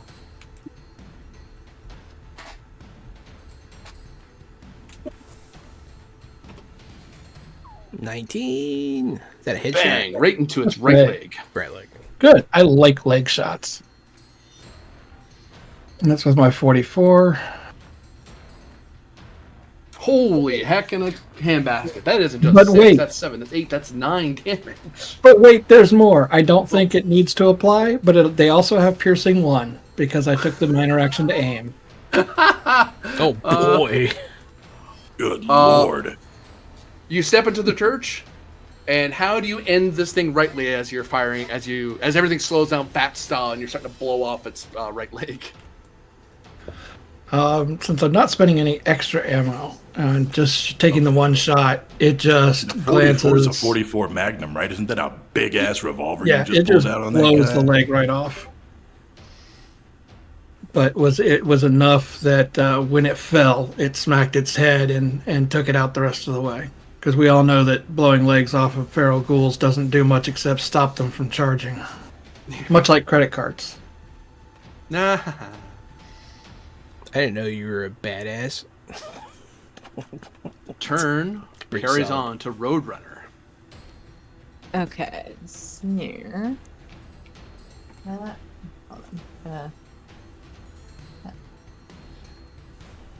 Oh, there I am. Meep. Meep. Meep.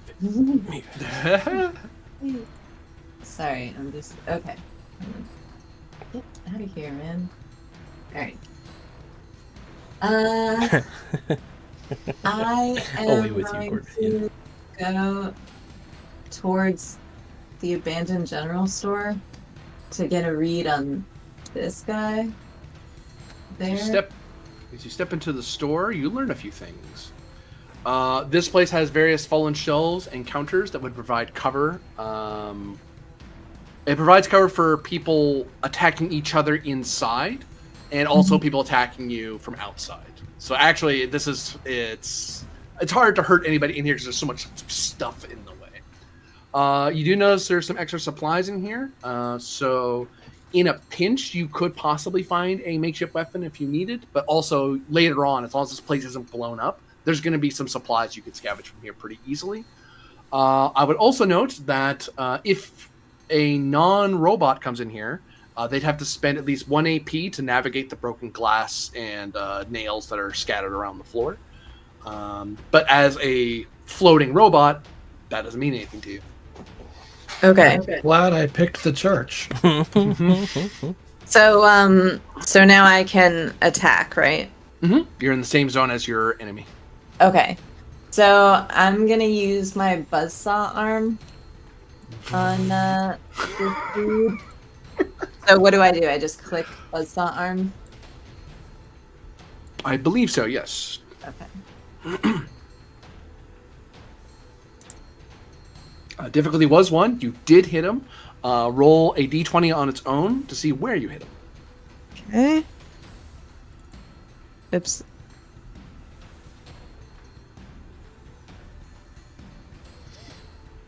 Five is the torso. Right in the torso that chainsaw goes. Ouch.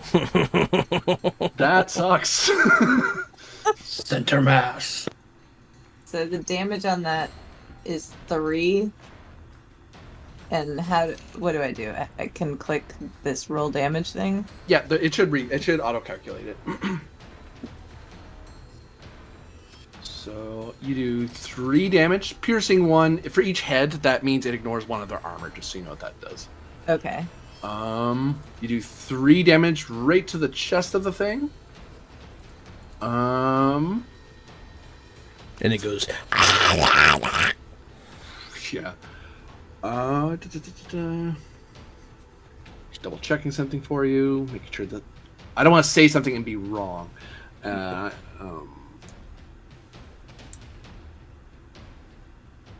Dead as a doornail. So, since you're doing a melee attack, the next time you do this, because it's something you call out ahead of time. But when you attack something, I screwed this up. When you attack something with range, you can spend extra bullets to get extra damage dice to your roll. When you're doing a melee attack, like your saw, you can just spend action points up to 3 to give yourself that little bit of extra oomph. Okay. But something to know for down the line. But it does do 3 damage. He doesn't drop right away, but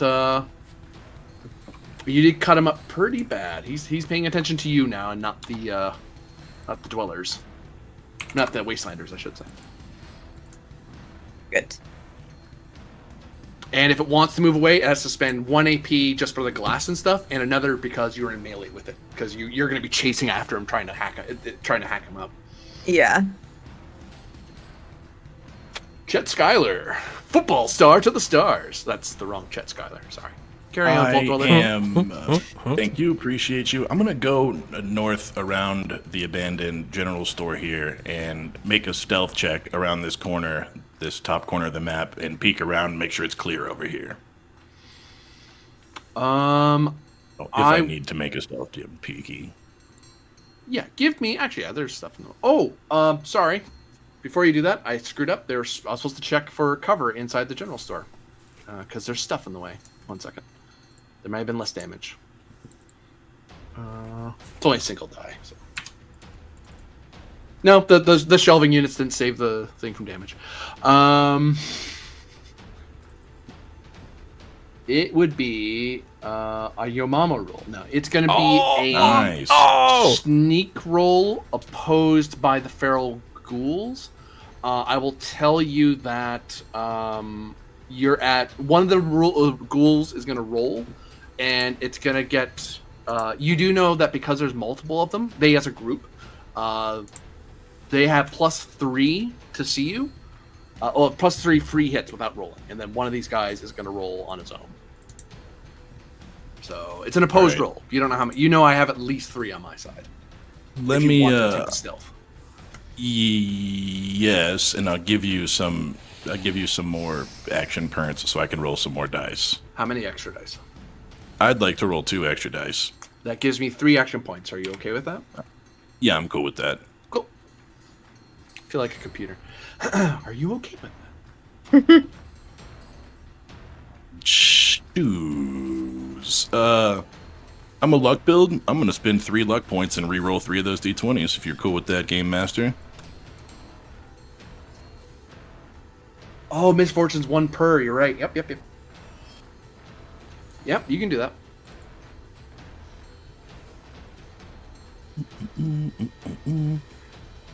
Let's see. Sneak.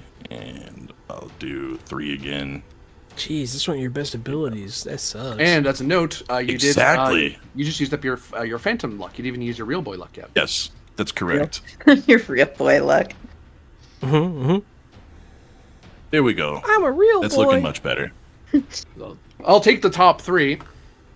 Yeah. I was. The character sheet's a little wonky for me, right? I did my best. It's okay. I'm holding it against you because I'm petty like that. Thanks, buddy. Appreciate that. I love 4 you. successes. You're invisible.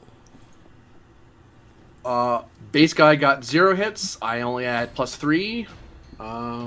You got 4. Yep. As far as the ghouls are concerned, they don't notice you in the heat of battle. They don't know where you are. Does he generate? I'll note there are no any. As you glance around, there doesn't seem to be any other movement. But feral ghouls, as long as they just sit still, it's hard to know that they're there. These things are got up and moved around to do something. But if they just sit still inside some rubble, there's no way to know they're in there unless you actually dig it out and actually check the body to make sure the dead body is a ghoul or not. Did he generate May I 4 action points? continue- No, it's the difference between what I rolled and what he rolled. He beat me by 1, didn't he? So yes, he beat me by 1. So 1 action point is generated. You're correct. Cool. May I continue to move stealth throughout that zone up to the corner of that zone? To like here? That's exactly where. Yeah, you can do that because that's all the same zone. So you Cool. crept up here. So and I then come up crept to that here. corner, I creep, and I'm sneaking sort of along the edge of the building. But I pulled out, whoever saw me, I pulled out my 10mm pistol first, and I'm sneaking along the edge. So I'm trying to gain myself a vantage point. Ghouls! Kill them! And they both run into the desert squirrel house that they ran out of. I will note mechanically, just so you know, sometimes allies will help you in fights and do a turn to attack your enemies or do what they can, or you can direct them when their turn comes up. When someone's this scared, I tend to rule that they don't do anything other than try to save themselves. So if you want them to help you, you'd have to spend a turn doing a speech roll to get them to help. Otherwise, all they're going to do is try to keep themselves safe. Makes sense to me. Hephaestus.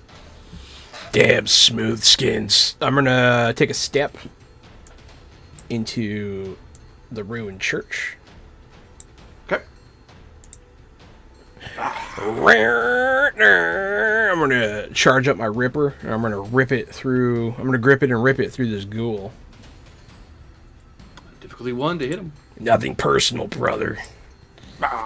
You know, Paul Rubens got in trouble for gripping it and ripping it in the theater, right?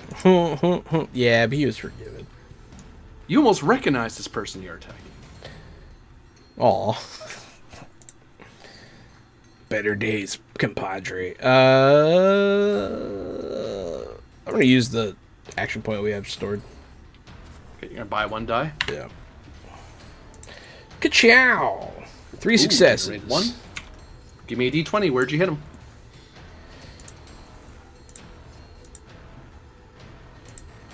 Uh, 13. 13 is the right arm. Alrighty. Now damage. Yes, please. Did it happen? No. Roll the damage, damn it. Why is it not working? I'm clicking the weapon face, right? Oh, here we go. Nope. Still not it. I'm the worst. I think I didn't set mine up right or something. That's You okay. just click on the little fallout face. Now let's click on the little fallout force. And I shall do 4 combat dice. Submit. It's also has the property vicious. That means 1 extra damage per face, so that's 4 damage. Ow! Oh, it was working, but it was asking me to input another value. That's why. Aha. So, yeah, no, you do 4 damage to that one. You need to do at least 5 for an injury to occur, but you do kind of slice up his arm as he tries to back away from the attack, and you kind of, you're able to slice into his arm a bit. And you're engaged in melee with him, so if he wants to move around and attack Milt, he has to spend an action point to get away from you. Because you're there trying to slice him up. Gotcha. The ghoul's turn. These two start heading down this way. And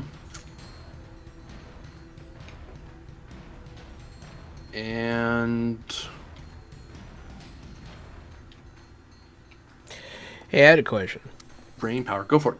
When I rolled with the button, it's saying something about rolling additional combat dice every time I get a face or something?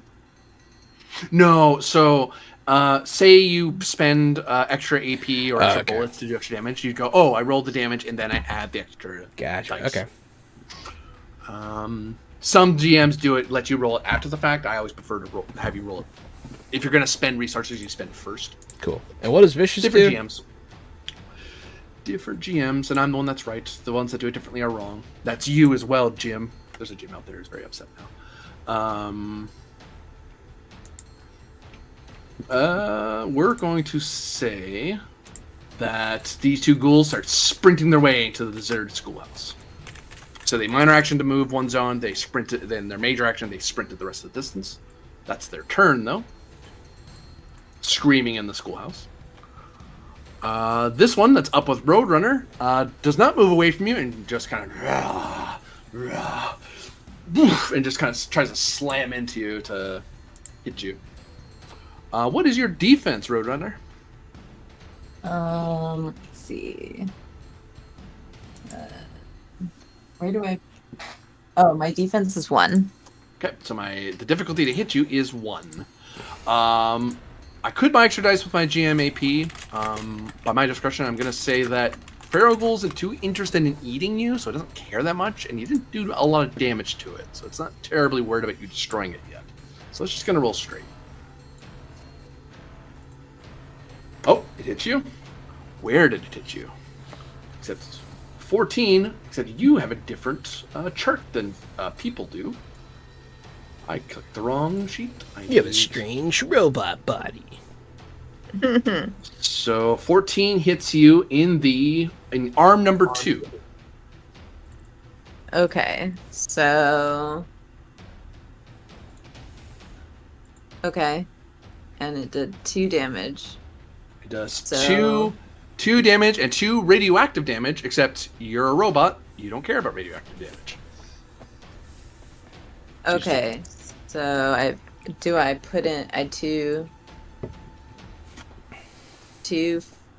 input 2 physical damage, or I subtract from my max HP. No, you add to that 0. So yeah, you don't reduce your max. What? You see the little plus thing there? You would enter in HP how much damage you've taken. The little plus thing under my max HP? Yep, so you'd hit that twice. Okay. Yeah. Thank you.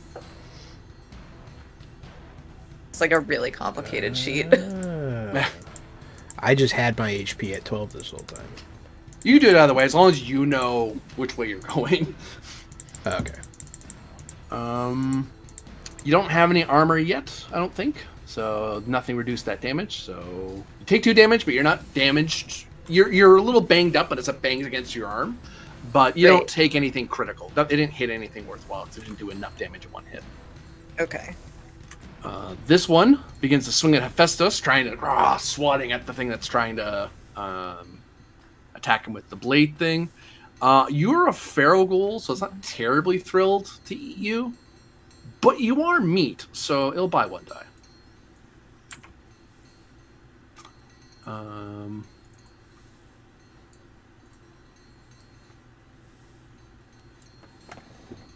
gonna tell him to suck it. What's your defense? Defense is 1. So I gained 1 AP because I got 1 more than I needed.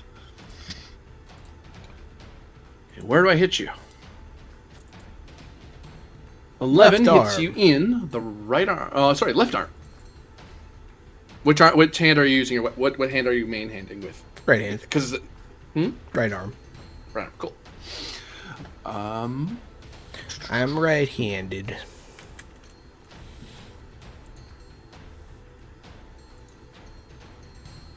It does 4 physical damage to you, and 4 radioactive. But you're a ghoul, so you don't care about that. No, I do care about Do you have any armor on that arm?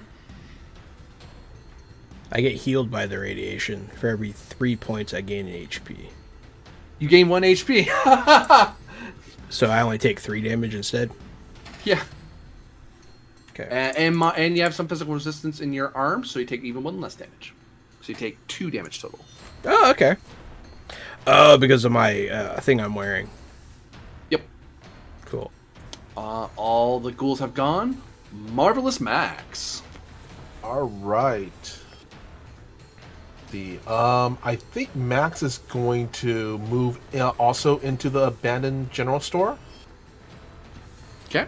And using kind of a pre-recorded tape, they're playing like kind of a game show kind of tune. And as they move over to the ghoul, they're going, "No whammy, no whammy, no whammy!" And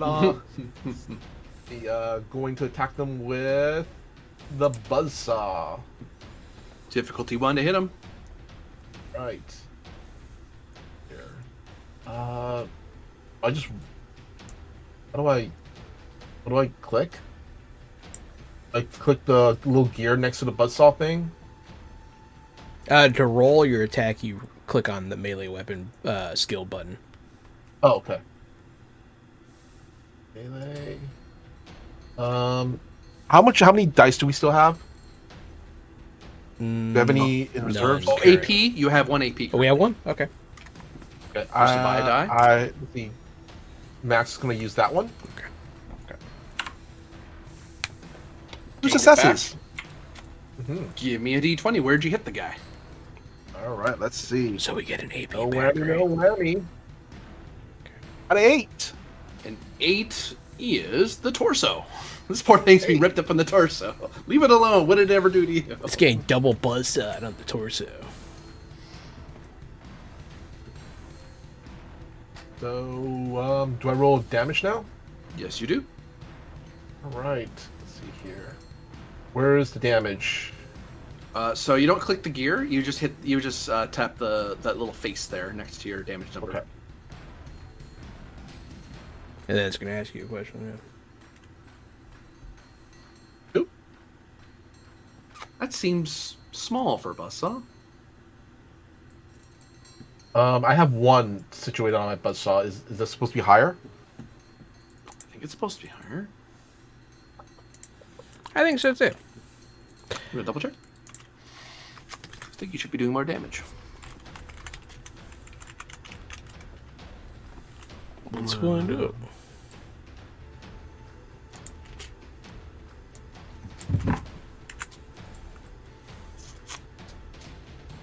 Buzzsaw looks like it was 3. That's what Oh, okay. you rolled for Roadrunner. Yes. All right. It I is. will- Yeah, it should be Just 3 that- challenge dice. Got it. Here. It's that then. Then I will. Do I just roll again, or do I roll? Yeah, roll again. I'll just take the 2 first dice that come up. So I'll count that 1 plus the first 2. So Go. 1, 2, 3, 4. Another 4 to its torso. And ignore 1 armor. Yeah. These things don't seem to be armored. Oh, Fair enough. Are they? I'm forgetting something. No. It's barely standing as you're shredding its torso to bits. You can see a lot of its innards, and it's still moving. Oh wow, that's a tough ghoul. Milk. Would since we're sorry. kind of flanking it, would we now get any bonuses against it now? No. Okay. That's there's like talents that do that sort of thing, but I don't think that's Got a it. talent in Fallout. I don't think. Not in the core anyway. Worth Gotcha. asking though. Actually, what you've Hey. done is it costs even more for it to run away because now there's 2 melee people, so now it costs 2 AP just to get away from both of you. Gotcha. Nice. Milt. Hey, Festus, you got this one covered? Yeah, go save the smoothies. All right. Smoothies.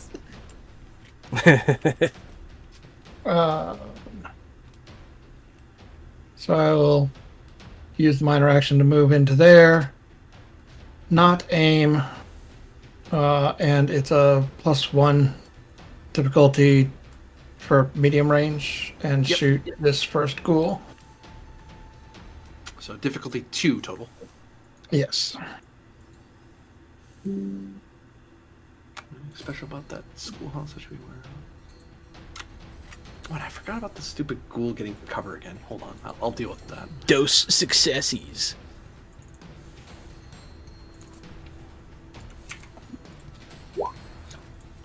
This ghoul took all the damage he was supposed to get. 2 hits does hit Mr. Ghoul. Where'd you hit him? The generate action point. Oh, Nah, because no, that's because I needed that many. Oh, hit location. Yeah. Where are you firing into? The deserted schoolhouse. Anything special about it? Yeah, Left there's leg. some other furniture in there. Yo, my snacks are missing. Did you guys hear or see anybody taking my snacks? No, that's weird. There was a squirrel hanging out, but I think they only like soup. Did I miss the soup? Power. No, I see the soup. That's in the left leg you shot him in. Yeah, total of 6 damage. Only the vicious. It doesn't have piercing this time. So 4, 5, 6. And time to see if the random desks and chairs in there give it any help.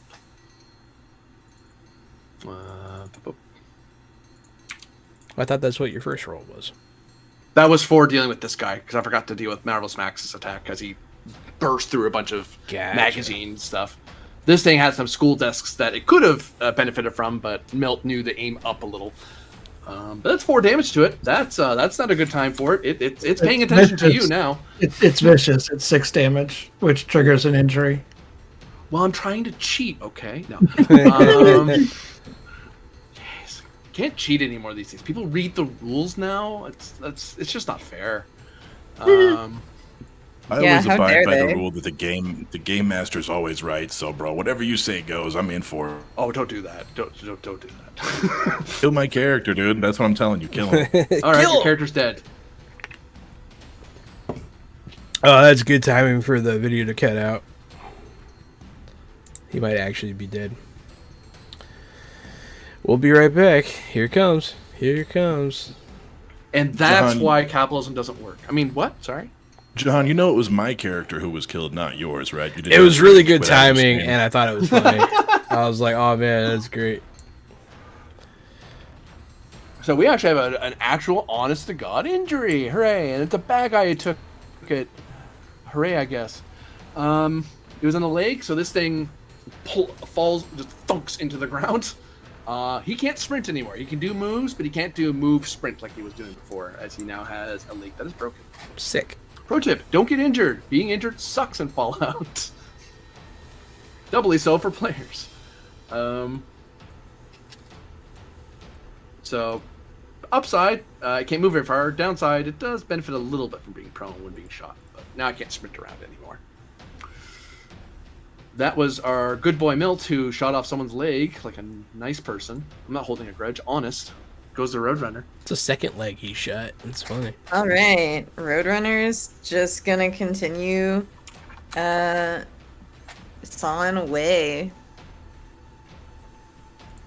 Difficulty 1. And somehow doesn't do it. No. That does indeed miss. If you wish, you can spend a luck point to reroll at least one of those dice, or 2 luck points to reroll 2 of the dice. No, I'm good. Okay. Start sawing away at it, and you're having a hard time hitting him. Probably too often trying to find good timing for motherfuckers and stuff like that. It's because Yeah, you didn't probably. say meep. That's why. It's because I didn't meep. You're right. Goes on to Jet Skyler. This is I gotta do what any good American would do. I'm gonna run from where I'm at to the next zone, and I'm gonna start shooting up this schoolhouse. Nice. So- Just so you know, to sprint eats your major action. So you would get this moving from this zone to this zone would be your minor. Oh, there is a line there. Yep, I see a line. I didn't see that one. And If then- you want to move further than that,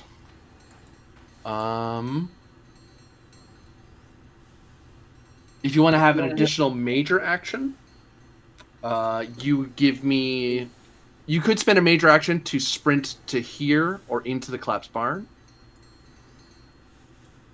If you Yeah, do let me slip into the barn. Let's do that. So your major action is to run into here. Something you learn about the barn as you start charging in there. You learn that there's some cover inside of the barn. So shooting into it would give a covered... actually gives 2 cover dice because there's these big machines and old tractors and stuff that are all burnt out and stuff in there. So it's actually really hard to hurt things that are in there. It does look like you could help bring this place down, though, because it looks very rickety. So if something was drawn into this place, it could be used as a way to help it fall onto it. And I will tell you that because there's a lot of holes and damage to the structure of this barn, when firing at long ranges, you actually don't suffer. You suffer 1 less penalty because you have very great sight lines where you can see the enemy, but they have a hard time seeing you. That's exactly that's exactly the room I want to be in. So now, you wanted to sprint forward and then shoot. To shoot now, because you minored and majored, you would need to spend 2 action points to take an additional major. When you do that, the task you're trying to do is increased by a difficulty of 1 because you're running, doing other stuff, and this, like all in the span of like 6 seconds. You're sprinting and running. I love those rules and understand your explanation. However, I'm not going to push my luck this time and use the action points to do it. I'll set up and fire next round. Roger. The Wastelanders inside, well, they're going to try to build some barricades between them and the ghouls, because, save us, Good luck, you people. Maybe repair. Oh no, survival. Give myself 1 extra die because one guy's helping the other. Hey! They actually built some barricades. So they got lucky. They needed 2. So they they started like throwing up desks and chairs and everything they can to kind of bar themselves. They created another zone for themselves. To attack them requires them to waste time breaking the barricade down. Good. They might survive Hephaestus. yet. I'm gonna grip it and rip it. 2 successes. And So, a Might want 20. to spend a luck. Yeah, because you're about to generate a complication Oh, here. I'll You do spend get a 1 luck. AP though. You spend a luck point? Yeah. Okay, reroll that d20 if you like.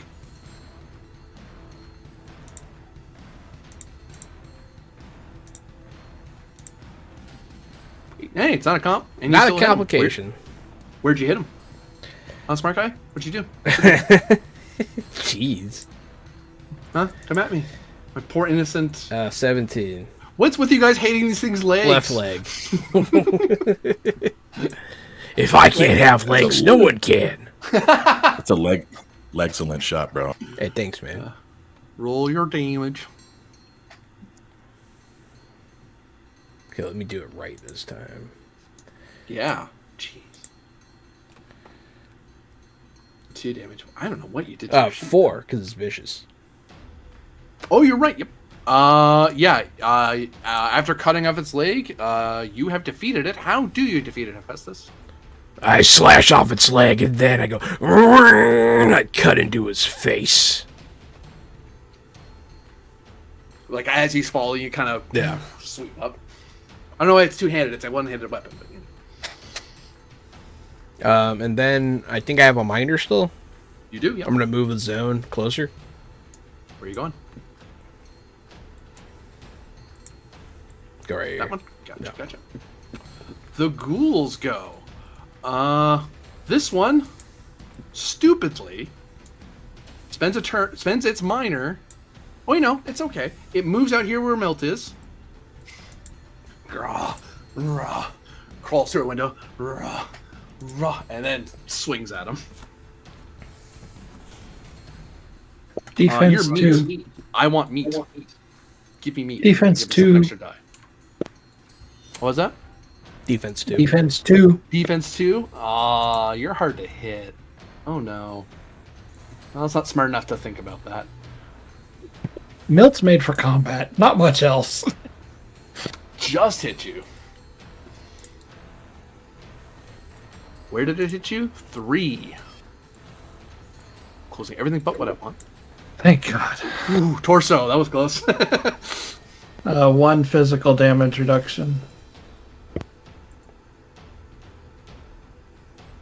2 physical damage and 2 radioactive damage. How do you separately mark radioactive? Oops. Helps if I look at a player sheet and an NPC sheet. On this sheet, Also, I have armor somewhere. Why isn't it At the listed? top left of the character sheet, like in the different locations, head, defense, arm, there's poison at the top left. I wonder if that's the intention. nah, that's a defense marker, and also that's poison damage. That's a different kind of thing. Yeah, I knew yeah, poison you and get rads were poison. different. I just don't see a spot. Oh, okay. And armor does not stack, right? No, it's all clothes and armor will stack, but armor and armor do not. No, this is so. I have tough clothing and leather chest piece. I would stack those. That's a house rule I do. Actually, Okay. I don't even think it's a house rule. I think that's my book. You can combine clothes with armor. You just can't go clothes or armor. Because you can wear clothes under armor. Is the idea. Yeah. There's your sheet. Jeez, look like everything but what I wanted to look at. Here. Boy. Yeah, clothing. The tough clothing is 1/1 physical and energy, and then the armor is 1/2. So that's 2/3. So, actually, heck, you take no physical damage. You're just taking the radiation because it's near you. There is no special place for it because it doesn't hurt your HP per se. It's its own thing. It's odd that it doesn't track that separately. I'll track it on your marker for now. I mean, the way it works in the game is it reduces your max HP. Oh, maybe that's what it does. Until you heal it.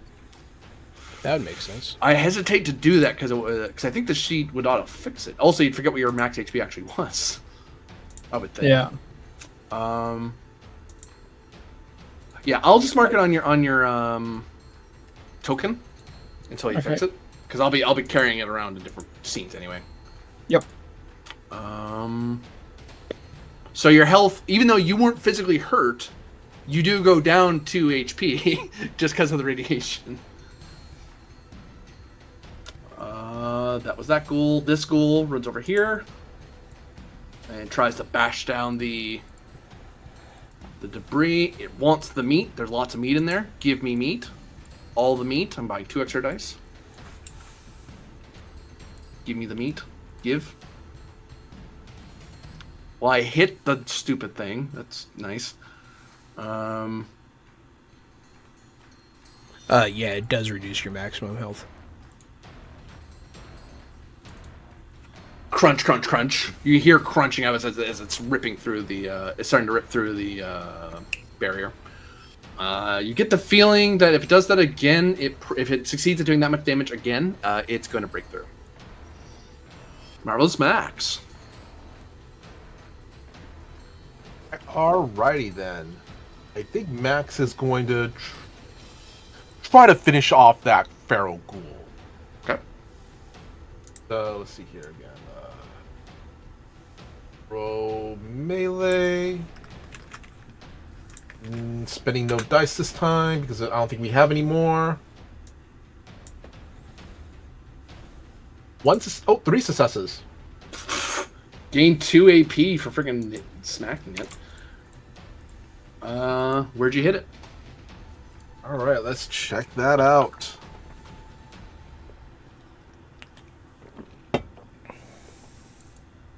Fine, so let's see here. I believe that is their left arm. Correct. Roll your damage. Alright. Damage is... you said I had like 2 more points. Can I use those 2 points for damage? Oh, you want to spend 2 AP to add 2 extra damage dice? You can if you want. Just 1. I just want to spend 1. So 1 will get you 1 extra. Yeah.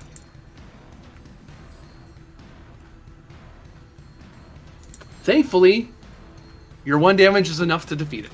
There you go. Yeah. You cut off, as you're cutting off its arm, how do you end it rightly?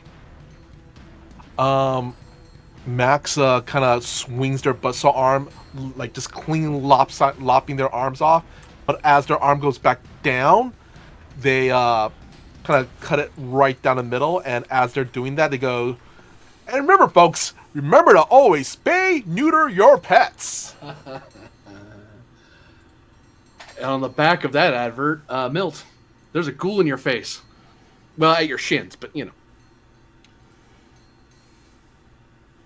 I am reviewing the weapon swap rules. Because I might be swapping out to go to my machete. Because shooting him point blank is +2 difficulty. Yeah, there's a whole. I think there's a talent that negates that. Yeah. Well, while you're looking at that, I did find the radiation rules, and it does indeed lower your maximum HP. Yeah. And So it's a then- minor action to swap one weapon out for another. All right. Well, I'm either going to use my minor action to move in and shoot, but I'm in melee, so it gets to. Yeah, we'll use You my have to minor spend 1 action to AP to switch. move away from him. Yeah, we'll use the minor action to switch over to the machete. Okay. Not a tag skill. I am going to burn a luck To to avoid the re-roll. complication. to not get a complication. Yeah, you don't want me picking on you guys.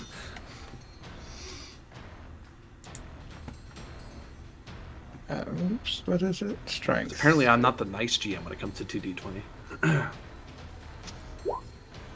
I'm the mean. Okay, Well, so get your it's AP. successful. Fine. It's okay. I'm not mad. I'm just gonna hold that against you, is all. Dang, we have a lot of AP. Hell yeah. Where'd you hit the poor Why? thing? Why does my stupid...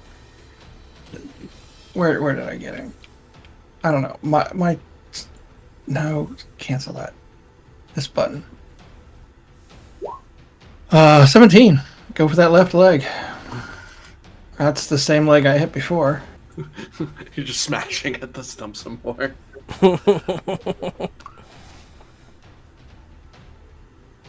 Oh, heavens. Yeah, no. You end it rightly. How do you do so? Yeah. As I'm severing the busted up leg, it just goes right up through his hip, through his torso, and cuts him clean in half. The two halves kind of flop around a bit and then eventually stop. Hell yeah. Roadrunner. Roadrunner is gonna make their way. I think sort of slowly looking for stuff that he could gather as he goes towards the deserted schoolhouse. So you let me know like how far I get. Are you gonna do a quick scavenge, see if there's anything useful in here? Yeah. Sure.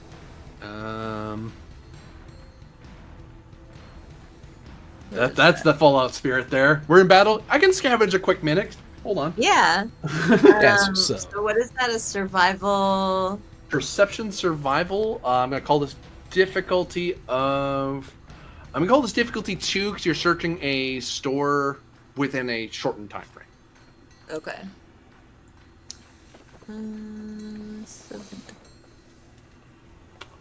Nope. Ah man, I'm shit at rolls today. It happens. A major action, you search the abandoned general store. You don't find anything in particular usefulness. You can still move as a minor if you wish. Okay, so that would be just within the zone or to another zone? To an adjacent zone, yes. Okay, so I will move to oops, this one. Very good. Chet Schuyler. What a name. As you notice, Roadrunner is covered in magazine bits.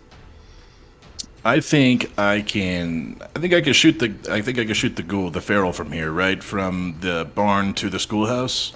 Medium long, but it turns into medium essentially because you have a nice little peephole to fire out of. Yep, I think I'm gonna do it. I think I'm gonna take my shot. What's the range of your weapon? Medium. Oh, well, heck, yeah, it's a difficulty 1 for you then. Let's go for it. Let's see what happens here. Look at you go! Hey, Generate AP. Where'd you hit him? yeah. Oh, and actually, it gets worse. You snuck attack it. It didn't see you shooting at it. So this is even worse. You can roll your damage. I'll figure out the sneak attack here. That makes it vicious, Figure right? where it's at. I rolled a 4 to figure where it's at. To 4 for location. That sounds like torso off the top of my head. Yeah, I just saw it like recently. So. Oh, it's vicious. If it didn't already have vicious, it makes it even. It gives it 2 extra damage die. Was your pistol already? Roll your damage to your weapon. I'll spend a luck to crit. I have a perk. Better criticals. When you inflict 1 or more points of damage, you can spend a luck point to automatically inflict a critical hit, causing an injury. Okay, so no matter what, even if you do 1 damage, you're still critting the stupid thing. That's not good. That's really not really good. strong. That's really That's pretty good. That's moment. Yeah, still roll your damage. You spend your luck. Yeah, that's gonna be a better crit. That sucks. That's awesome for you. That sucks for the ghoul. Damage, submit. Here we are. 2 damage, but you snuck attack it, so it's vicious. That's 3 damage. Normally 3 wouldn't be enough. However, you have better criticals, so you actually hit something vital in its torso, which is a weird thing to say for a ghoul. But welcome to Fallout. Things don't always make sense in Fallout.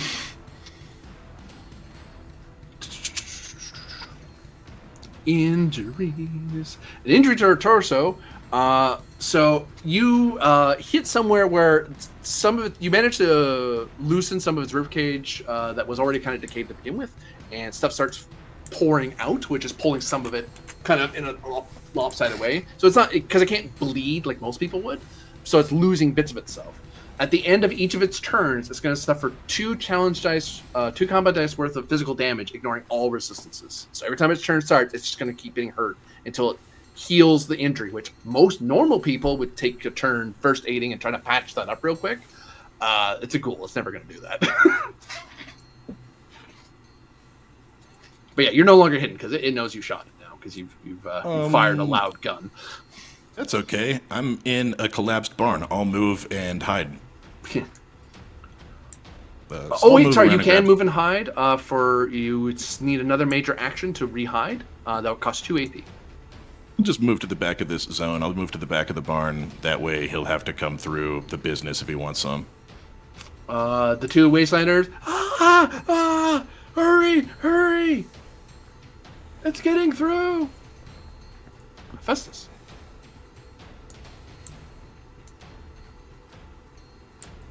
I didn't say they did anything useful.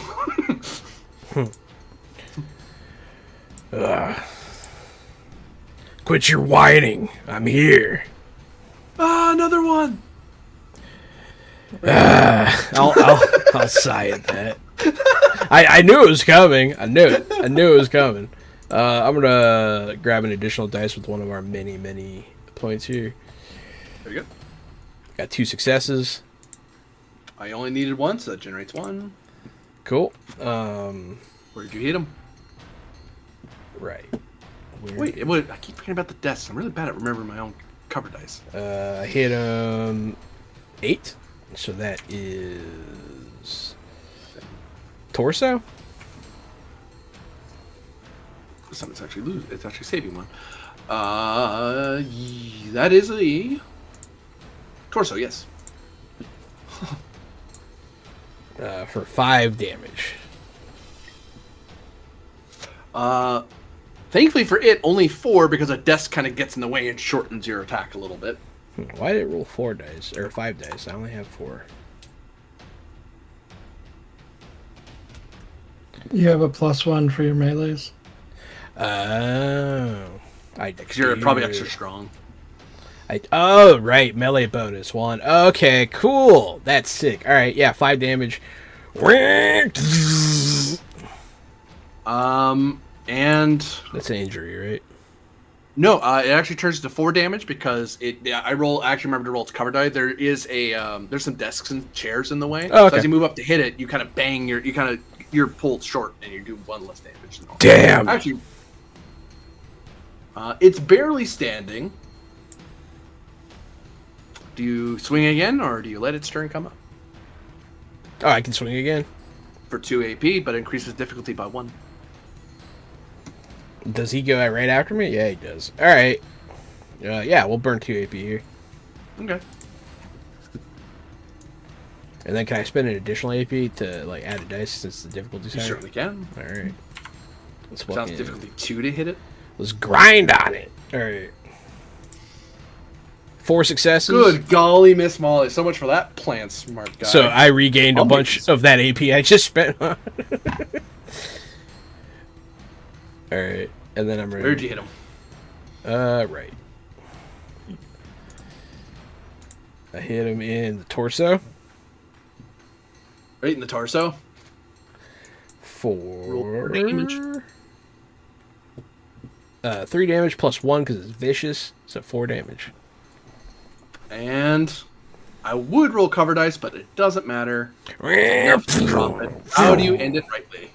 I'm gonna stick the Ripper right in through its collarbone and just watch it like spaz out as like I run into a nerve cluster. And I'll be like, ah, I'm just gonna get goop everywhere. I'll be like, it's like getting in my face, and I'll be grossed out by it. And then I'll like kick it off. Victory is yours. Hell yeah. No longer in combat. Ah, goal! Ah! All clear. I'm not a feral, Out of you combat? idiots. Now that we're out of combat, we could just all go where Hephaestus is, right? Certainly can. I'm gonna say Max kind of moves over next to Hephaestus and just kind of, in their most cheery game show host way, to go, "We're not contestants. We are here to save you." Give me charisma speech, difficulty 2 to calm these poor people down. What was that again? Charisma speech. That thing? You said I have Mixed 2 up points, right? My last roll, I had 2. Was it additional dice points? No, it's so action dice are a group pool. So you have 4. There are 4 player AP currently. Oh, 4. Okay. I'm gonna spend 1 then. Okay. 3 successes. You gain 1 back. And I could actually re-roll that the one that I failed on. I think. You can if you want. Yeah. You're a smooth talker. Yep. Do it. Forgot the crit. Gain 2 AP. Wow. Max of 6. Spend 1, gain 3. Not a bad return there. Heck yeah. Ah, Not a bad. Oh. Hi. They say behind a bunch Hello. of desks and chairs. Motherfuckers. Ah, You idiots yelling all done the time, pissing my your ears- pants. no. Yes. Please stop. I drink a lot of water. Okay, stop bragging. Strangers and robots, I guess. Thanks for saving us. You're welcome. Meep. Milt is just going to hold out his hand. Like, They kind of reach through the debris that they created in front of themselves to shake your hand, they presume. That's not what Milt wanted. Milt's a mercenary. So what give- happened here? What's going on? Oh, these bandits, they came into the factory, ran us out, and I think some of our search team are still stuck in there. You have to help them. What were you guys doing in the factory? Well, we're looking for more supplies and for our settlement, and we like to come in groups because the ferals sometimes come out this way, and no offense, I guess. And then suddenly they're shouting for Necron or some nonsense, and they started attacking us. We managed to get out the door, but everyone else must have been stuck inside the factory. Out of character, that factory, that's the factory we're supposed to be going, right? Mm-hmm. Okay. Well, that does sound like you've been put in a tough spot. What do you think, Milton? We can help him out if we get first rights on a salvage, right? Well, But that would be the okay. polite thing to do. Or we could just clear out the factory. Yeah, I guess we'll let it fall where it lays. Let's get in there. Where'd that kid go? I'm gonna look around for Chet. It looks like we will be helping you folks. But we could also use your help as well. Do you have any other reinforcements that we could rely on? The people inside still have their guns, but they're not very good with them. We kind of got low on ammo in the first attack, but just tell them Mikey sent you, and they'll help you out. They'll know you're with us. Will do. By the way, do you have any other supplies that you could outfit us with? Outfit? Give them, idiot. Not the piss covered stuff. Well, they don't care, do they? I mean, they might care. We would I'm stuck prefer in it being Maybe. non-piss covered. See? Told you. Any right away by chance? They begin searching through their bag to see what they have. As you are... Brought for flamer fuel and maybe better armor then. Let's see what these guys have. Can I roll a luck or something to see if they have what we need? These are just rando people. We have... we can give you a frag grenade. 2 frag grenades. What are we gonna do with them?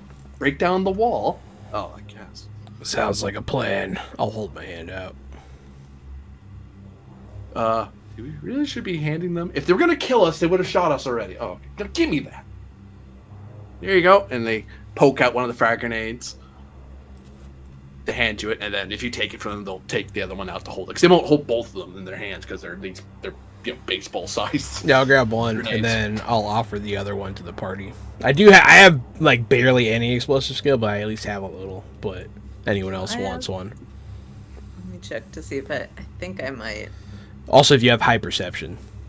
Oops.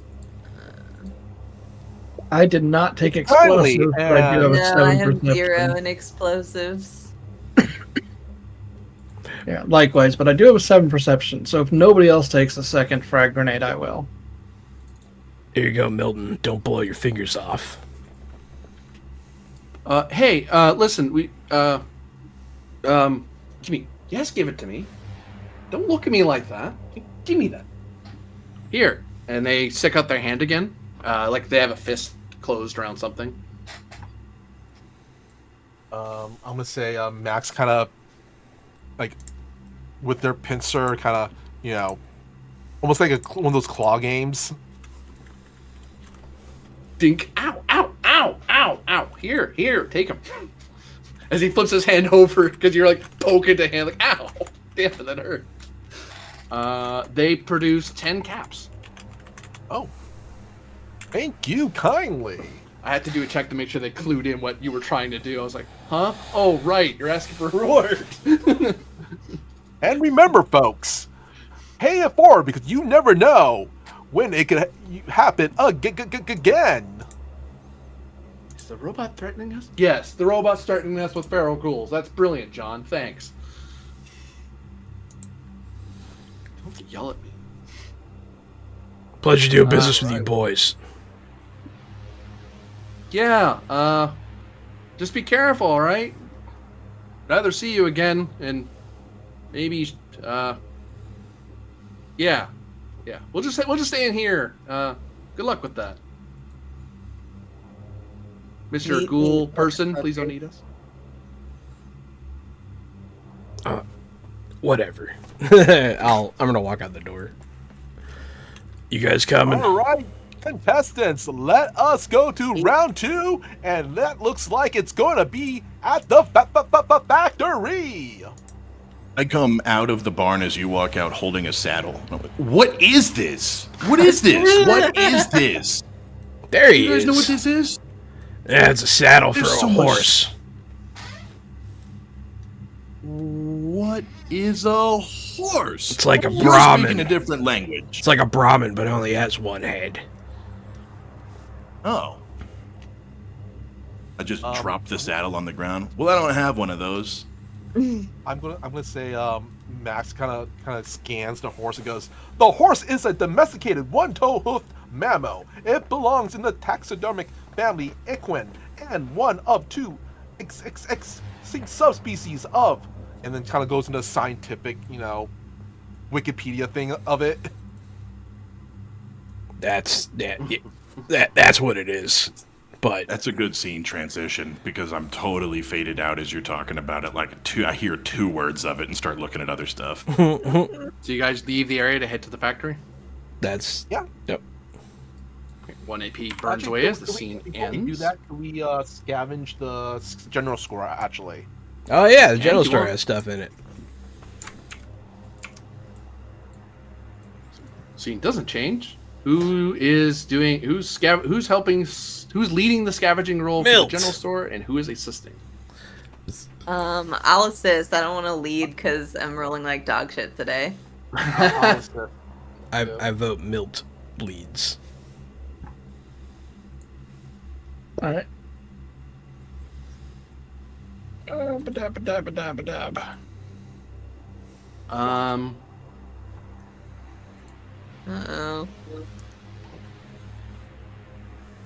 I got lost. Oh my god, I got 2 successes. Doesn't matter. I got lost. Yeah, the main roller got 0, so no one can assist. Oh. Burn a luck, Milt. Burn a luck. Yeah, I suppose so. I'll note the difficulty, as you guys are very excitedly rolling. The difficulty for plays like this would be 2 normally. It's brought down by 1 because this general store happens to be pretty stocked. So it goes down to 1. Okay. We help spend any of action points or anything like that? The main roller could have spent action points to increase their dice pool, but you can't spend it after the fact. Yeah. Right. There are ways to spend action points when you're scavenging to find more stuff, but you have to hit the roll first. Yeah. Reroll 1d20. Okay. No, not that button. I keep hitting the. I keep hitting the combat dice button instead of the d20. Well, that's the one that's fun to click. Okay, I got the 1 success. Roadrunner now- assists. Now Roadrunner's assist actually counts for 1 more, so Yeah. 2 successes. Yeah, and just to educate Roadrunner, that's why I'm saying something. Is that for assist there, Roadrunner, you only benefit from 1 die instead of 2. Oh, okay. So that is 1 extra success. 1 extra success so far. I think that's everybody. So, Yeah.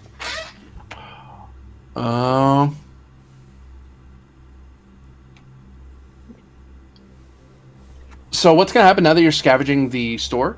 You will find. I'm going to roll a loot table based on what makes sense for this room. Once we figured out what's there, you can spend an additional action point or AP for an additional roll on any loot table that makes sense for that location.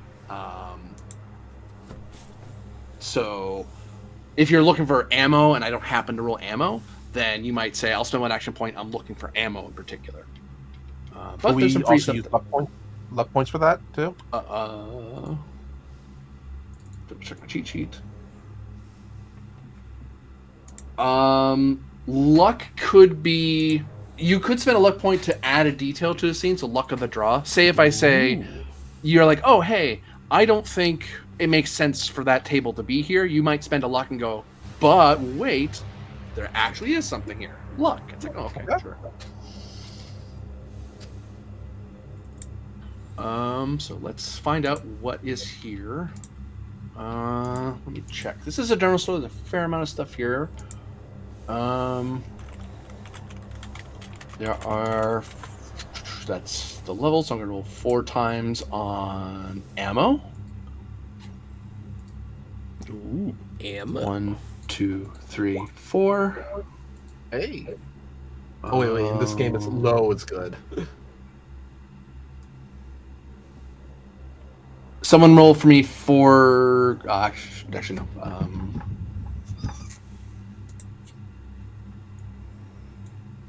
Yeah, someone roll for me 4 combat dice or challenge dice.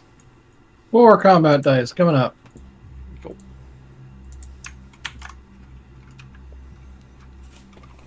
Three.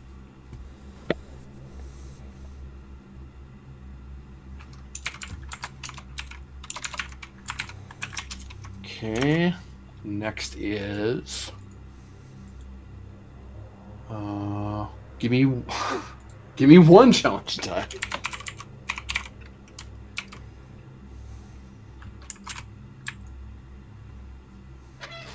Or combat die. I love these. One with an tables. effect if it matters. Oh no, the stream popped for a second. I guess I have to talk while people are thinking. Look at me. I'm Jahan. I'm entertaining you while we wait. Okay. You don't get any loot because you rage quit. Give me 3 combat dice, please. That's okay. I have everything I want. I'm rich in friendship. Shut up. Oh my god. 4. One of which is this. I like I said, I don't know if the effect matters in this roll. It only matters if you. I think there's a talent where effects give you bonus stuff. By default, it doesn't. Worth asking though. It's always worth asking stuff like that. And 2 combat dice.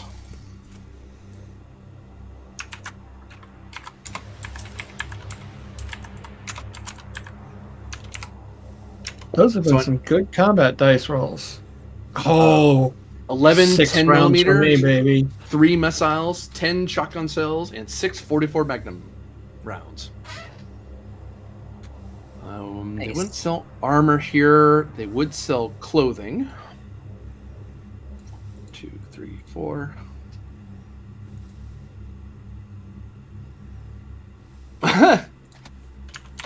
Okay.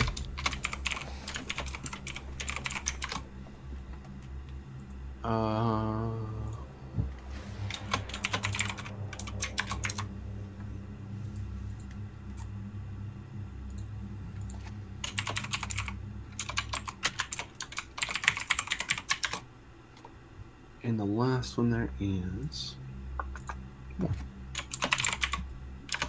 You find a Volt jumpsuit, some 2 sets of hides, and some military fatigues.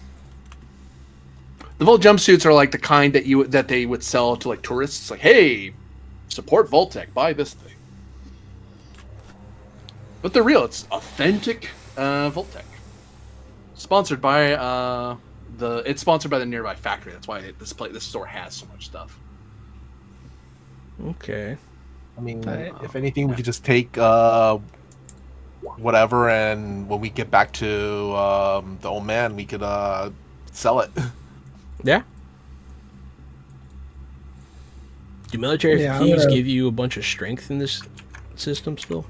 You'd have to check. I don't know. It doesn't say in the loot table what it includes. I'll go take a look. Ooh. Food.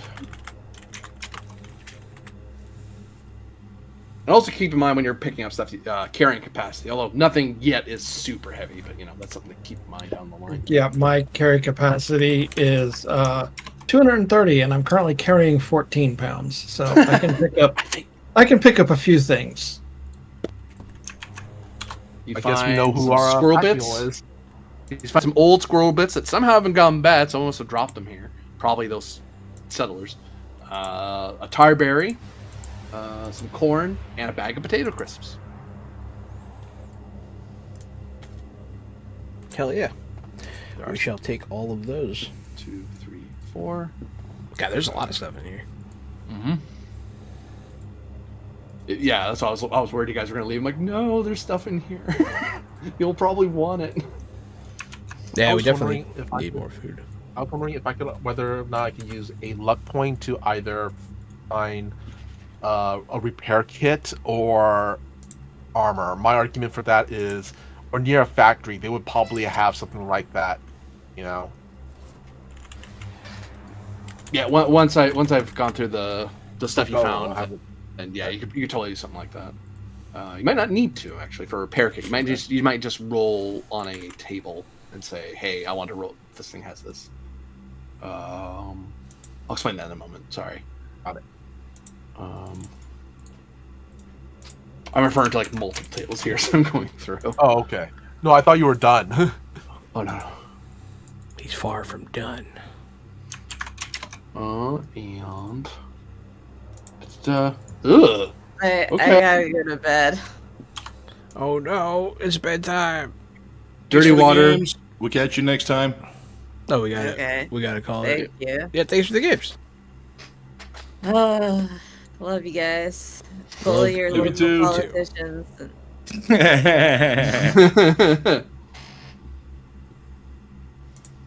Yeah, well, we'll wrap up once we get your gear sorted. We're looting and we're rapping. And we're rapping and we're looting. And what? Dirty water, a bourbon, some Brahma milk, and a blood pack. I think it's straight up a pack of blood. That's not creepy. Yeah, in And this this world, is- you don't need to refrigerate it.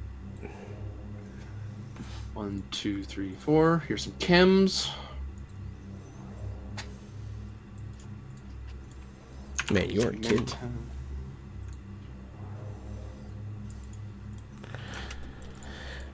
No, military fatigues don't appear to do a lot. I'm gonna go ahead and for now start storing the stuff on me. Yeah, And go ahead. I'm leaving a list in our Discord chat, crossing out what I've already added. Some mentats, 2 sets of diluted Radex, and some Daddy-O. What the hell's Daddy-O? That's new on me. Eddie-O is what they call me down at the club. Big Papa. You already know. The podcast, Poppy. And some random oddities.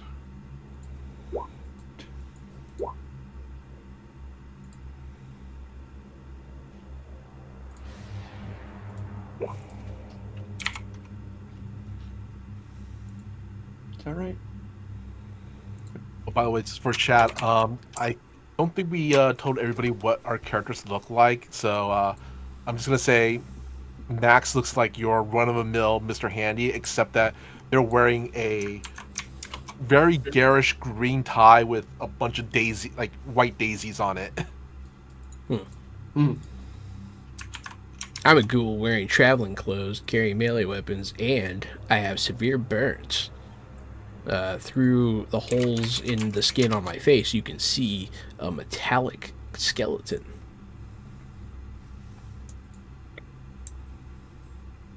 That's what I look like. You can't hear me? No, Vamp. I think Vamp is muted. Yeah, I accidentally muted. Garrett was doing I this. hit mute when I started talking instead of the other way around. Milton looks like your average, ordinary, rugged, slightly older caravan mercenary. If you've ever played any of the Fallout games, you know exactly what Milt looks like. And if you haven't, road leathers, rugged clothing, and chest leather armor. Chet is wearing Vault-Tec jumpsuit with a collar popped with another Vault-Tec jumpsuit underneath it with the collar also popped on that one. So he's got 2 popped collars of Vault-Tec jumpsuits. He's got his Pip-Boy, and he's got like the swoop hair, but he's definitely like 40s, but has no idea that like what maturity is. It's just long gone. There's no way that's gonna happen. You're a big man child. Yeah, there's something about him, though, that even though you should hate him, and everyone should hate him, his charisma really is 9. It's not just a number on a piece of paper. People end up liking him, and things work out. He is nice to people, at least. Yeah. That's a lot of charisma, dude. What the fuck? Charisma luck And- build. So you found 39 caps, a hazard detection mod, and a multi-tool. And 21 bits of random junk. I'll hold on to the 21 bits of junk. The junk, each junk piece of junk is weighs 2, and each is worth 2 caps. Okay. I think Max is going to take at least half of that 35 caps and the detection mod. Oh, and multi-tool, I think. I lied. I'm not 9 charisma. I'm 9 agility, 9 luck. Nice. Someone was Yeah, I'm not super likable. I'm real fast. I stretch a lot. So, is there any extra things people wanted to try to find? Yeah, actually, I was hoping I could spend maybe a luck point to see if they have any either armor for Mr. Handy or any flame fuel, flamer fuel. 1 second.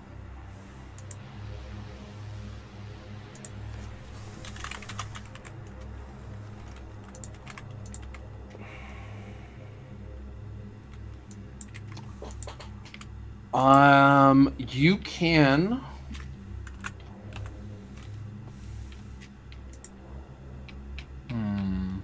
One moment. Double checking something.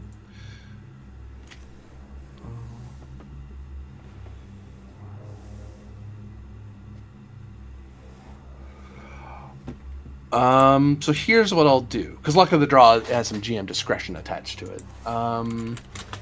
So normally, there's two ways we can go about this. One is you can spend an AP to say, I want to roll in the ammo table again, because I've already had it come up. I didn't make an armor table pop up, so you could spend a luck to have a roll on the armor table. If you spend an additional luck, I'll say that you're able to find... I will restrict the roll to just robot armor. You know what? Sure. I'll spend the 2 luck then. 2 luck. So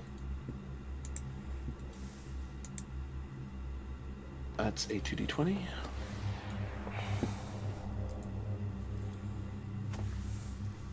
Not valid. Try again. Not valid. Try again. Actually, I'll just go with the nearest one because that's faster.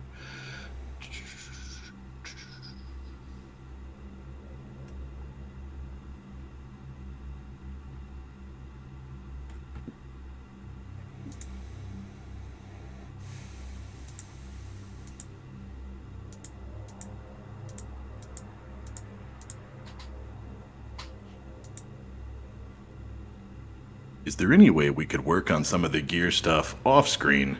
We Yeah. are at our 10 o'clock tops time. Well, 10 Yeah. o'clock in the mountains. Yeah, we can start with. I'll generate the rest of this later. This is the last bit anyway, but we can always pick up from here and then go into the factory next time. Makes sense. Oh, yeah. Yeah, it is past our time. So, hey, everybody, this has been Fallout from Modiphius. We have been fresh out the box, and I have been the board game guru, game master extraordinaire, Jahananan. It's me, Casualty CDG. Catch us every Thursday and Friday playing games at twitch.tv/Shahananan or on our YouTube, Fresh Out the Box, ttrpg. Find us, find our games. We're doing stuff, and we love you. Thank you so much. I've been 80 I am Springer. Vampire Bites. Yep. I've been 80 Springer, also known as Corbinian, and I almost killed them. I almost did it, so maybe next time. But if you want to follow me on Corbinian here on Twitch, or follow me at ElectricMetCHSR over on Twitter, also known as X. If that was almost killing us, I can't wait to die. I have been and always will be Vampire Bites. You can find me lurking in Twitch chats all across the Twitchiverse and in Discord. As always, I am Michael Powell, aka Mr. Kapow. That's MRKAPAO.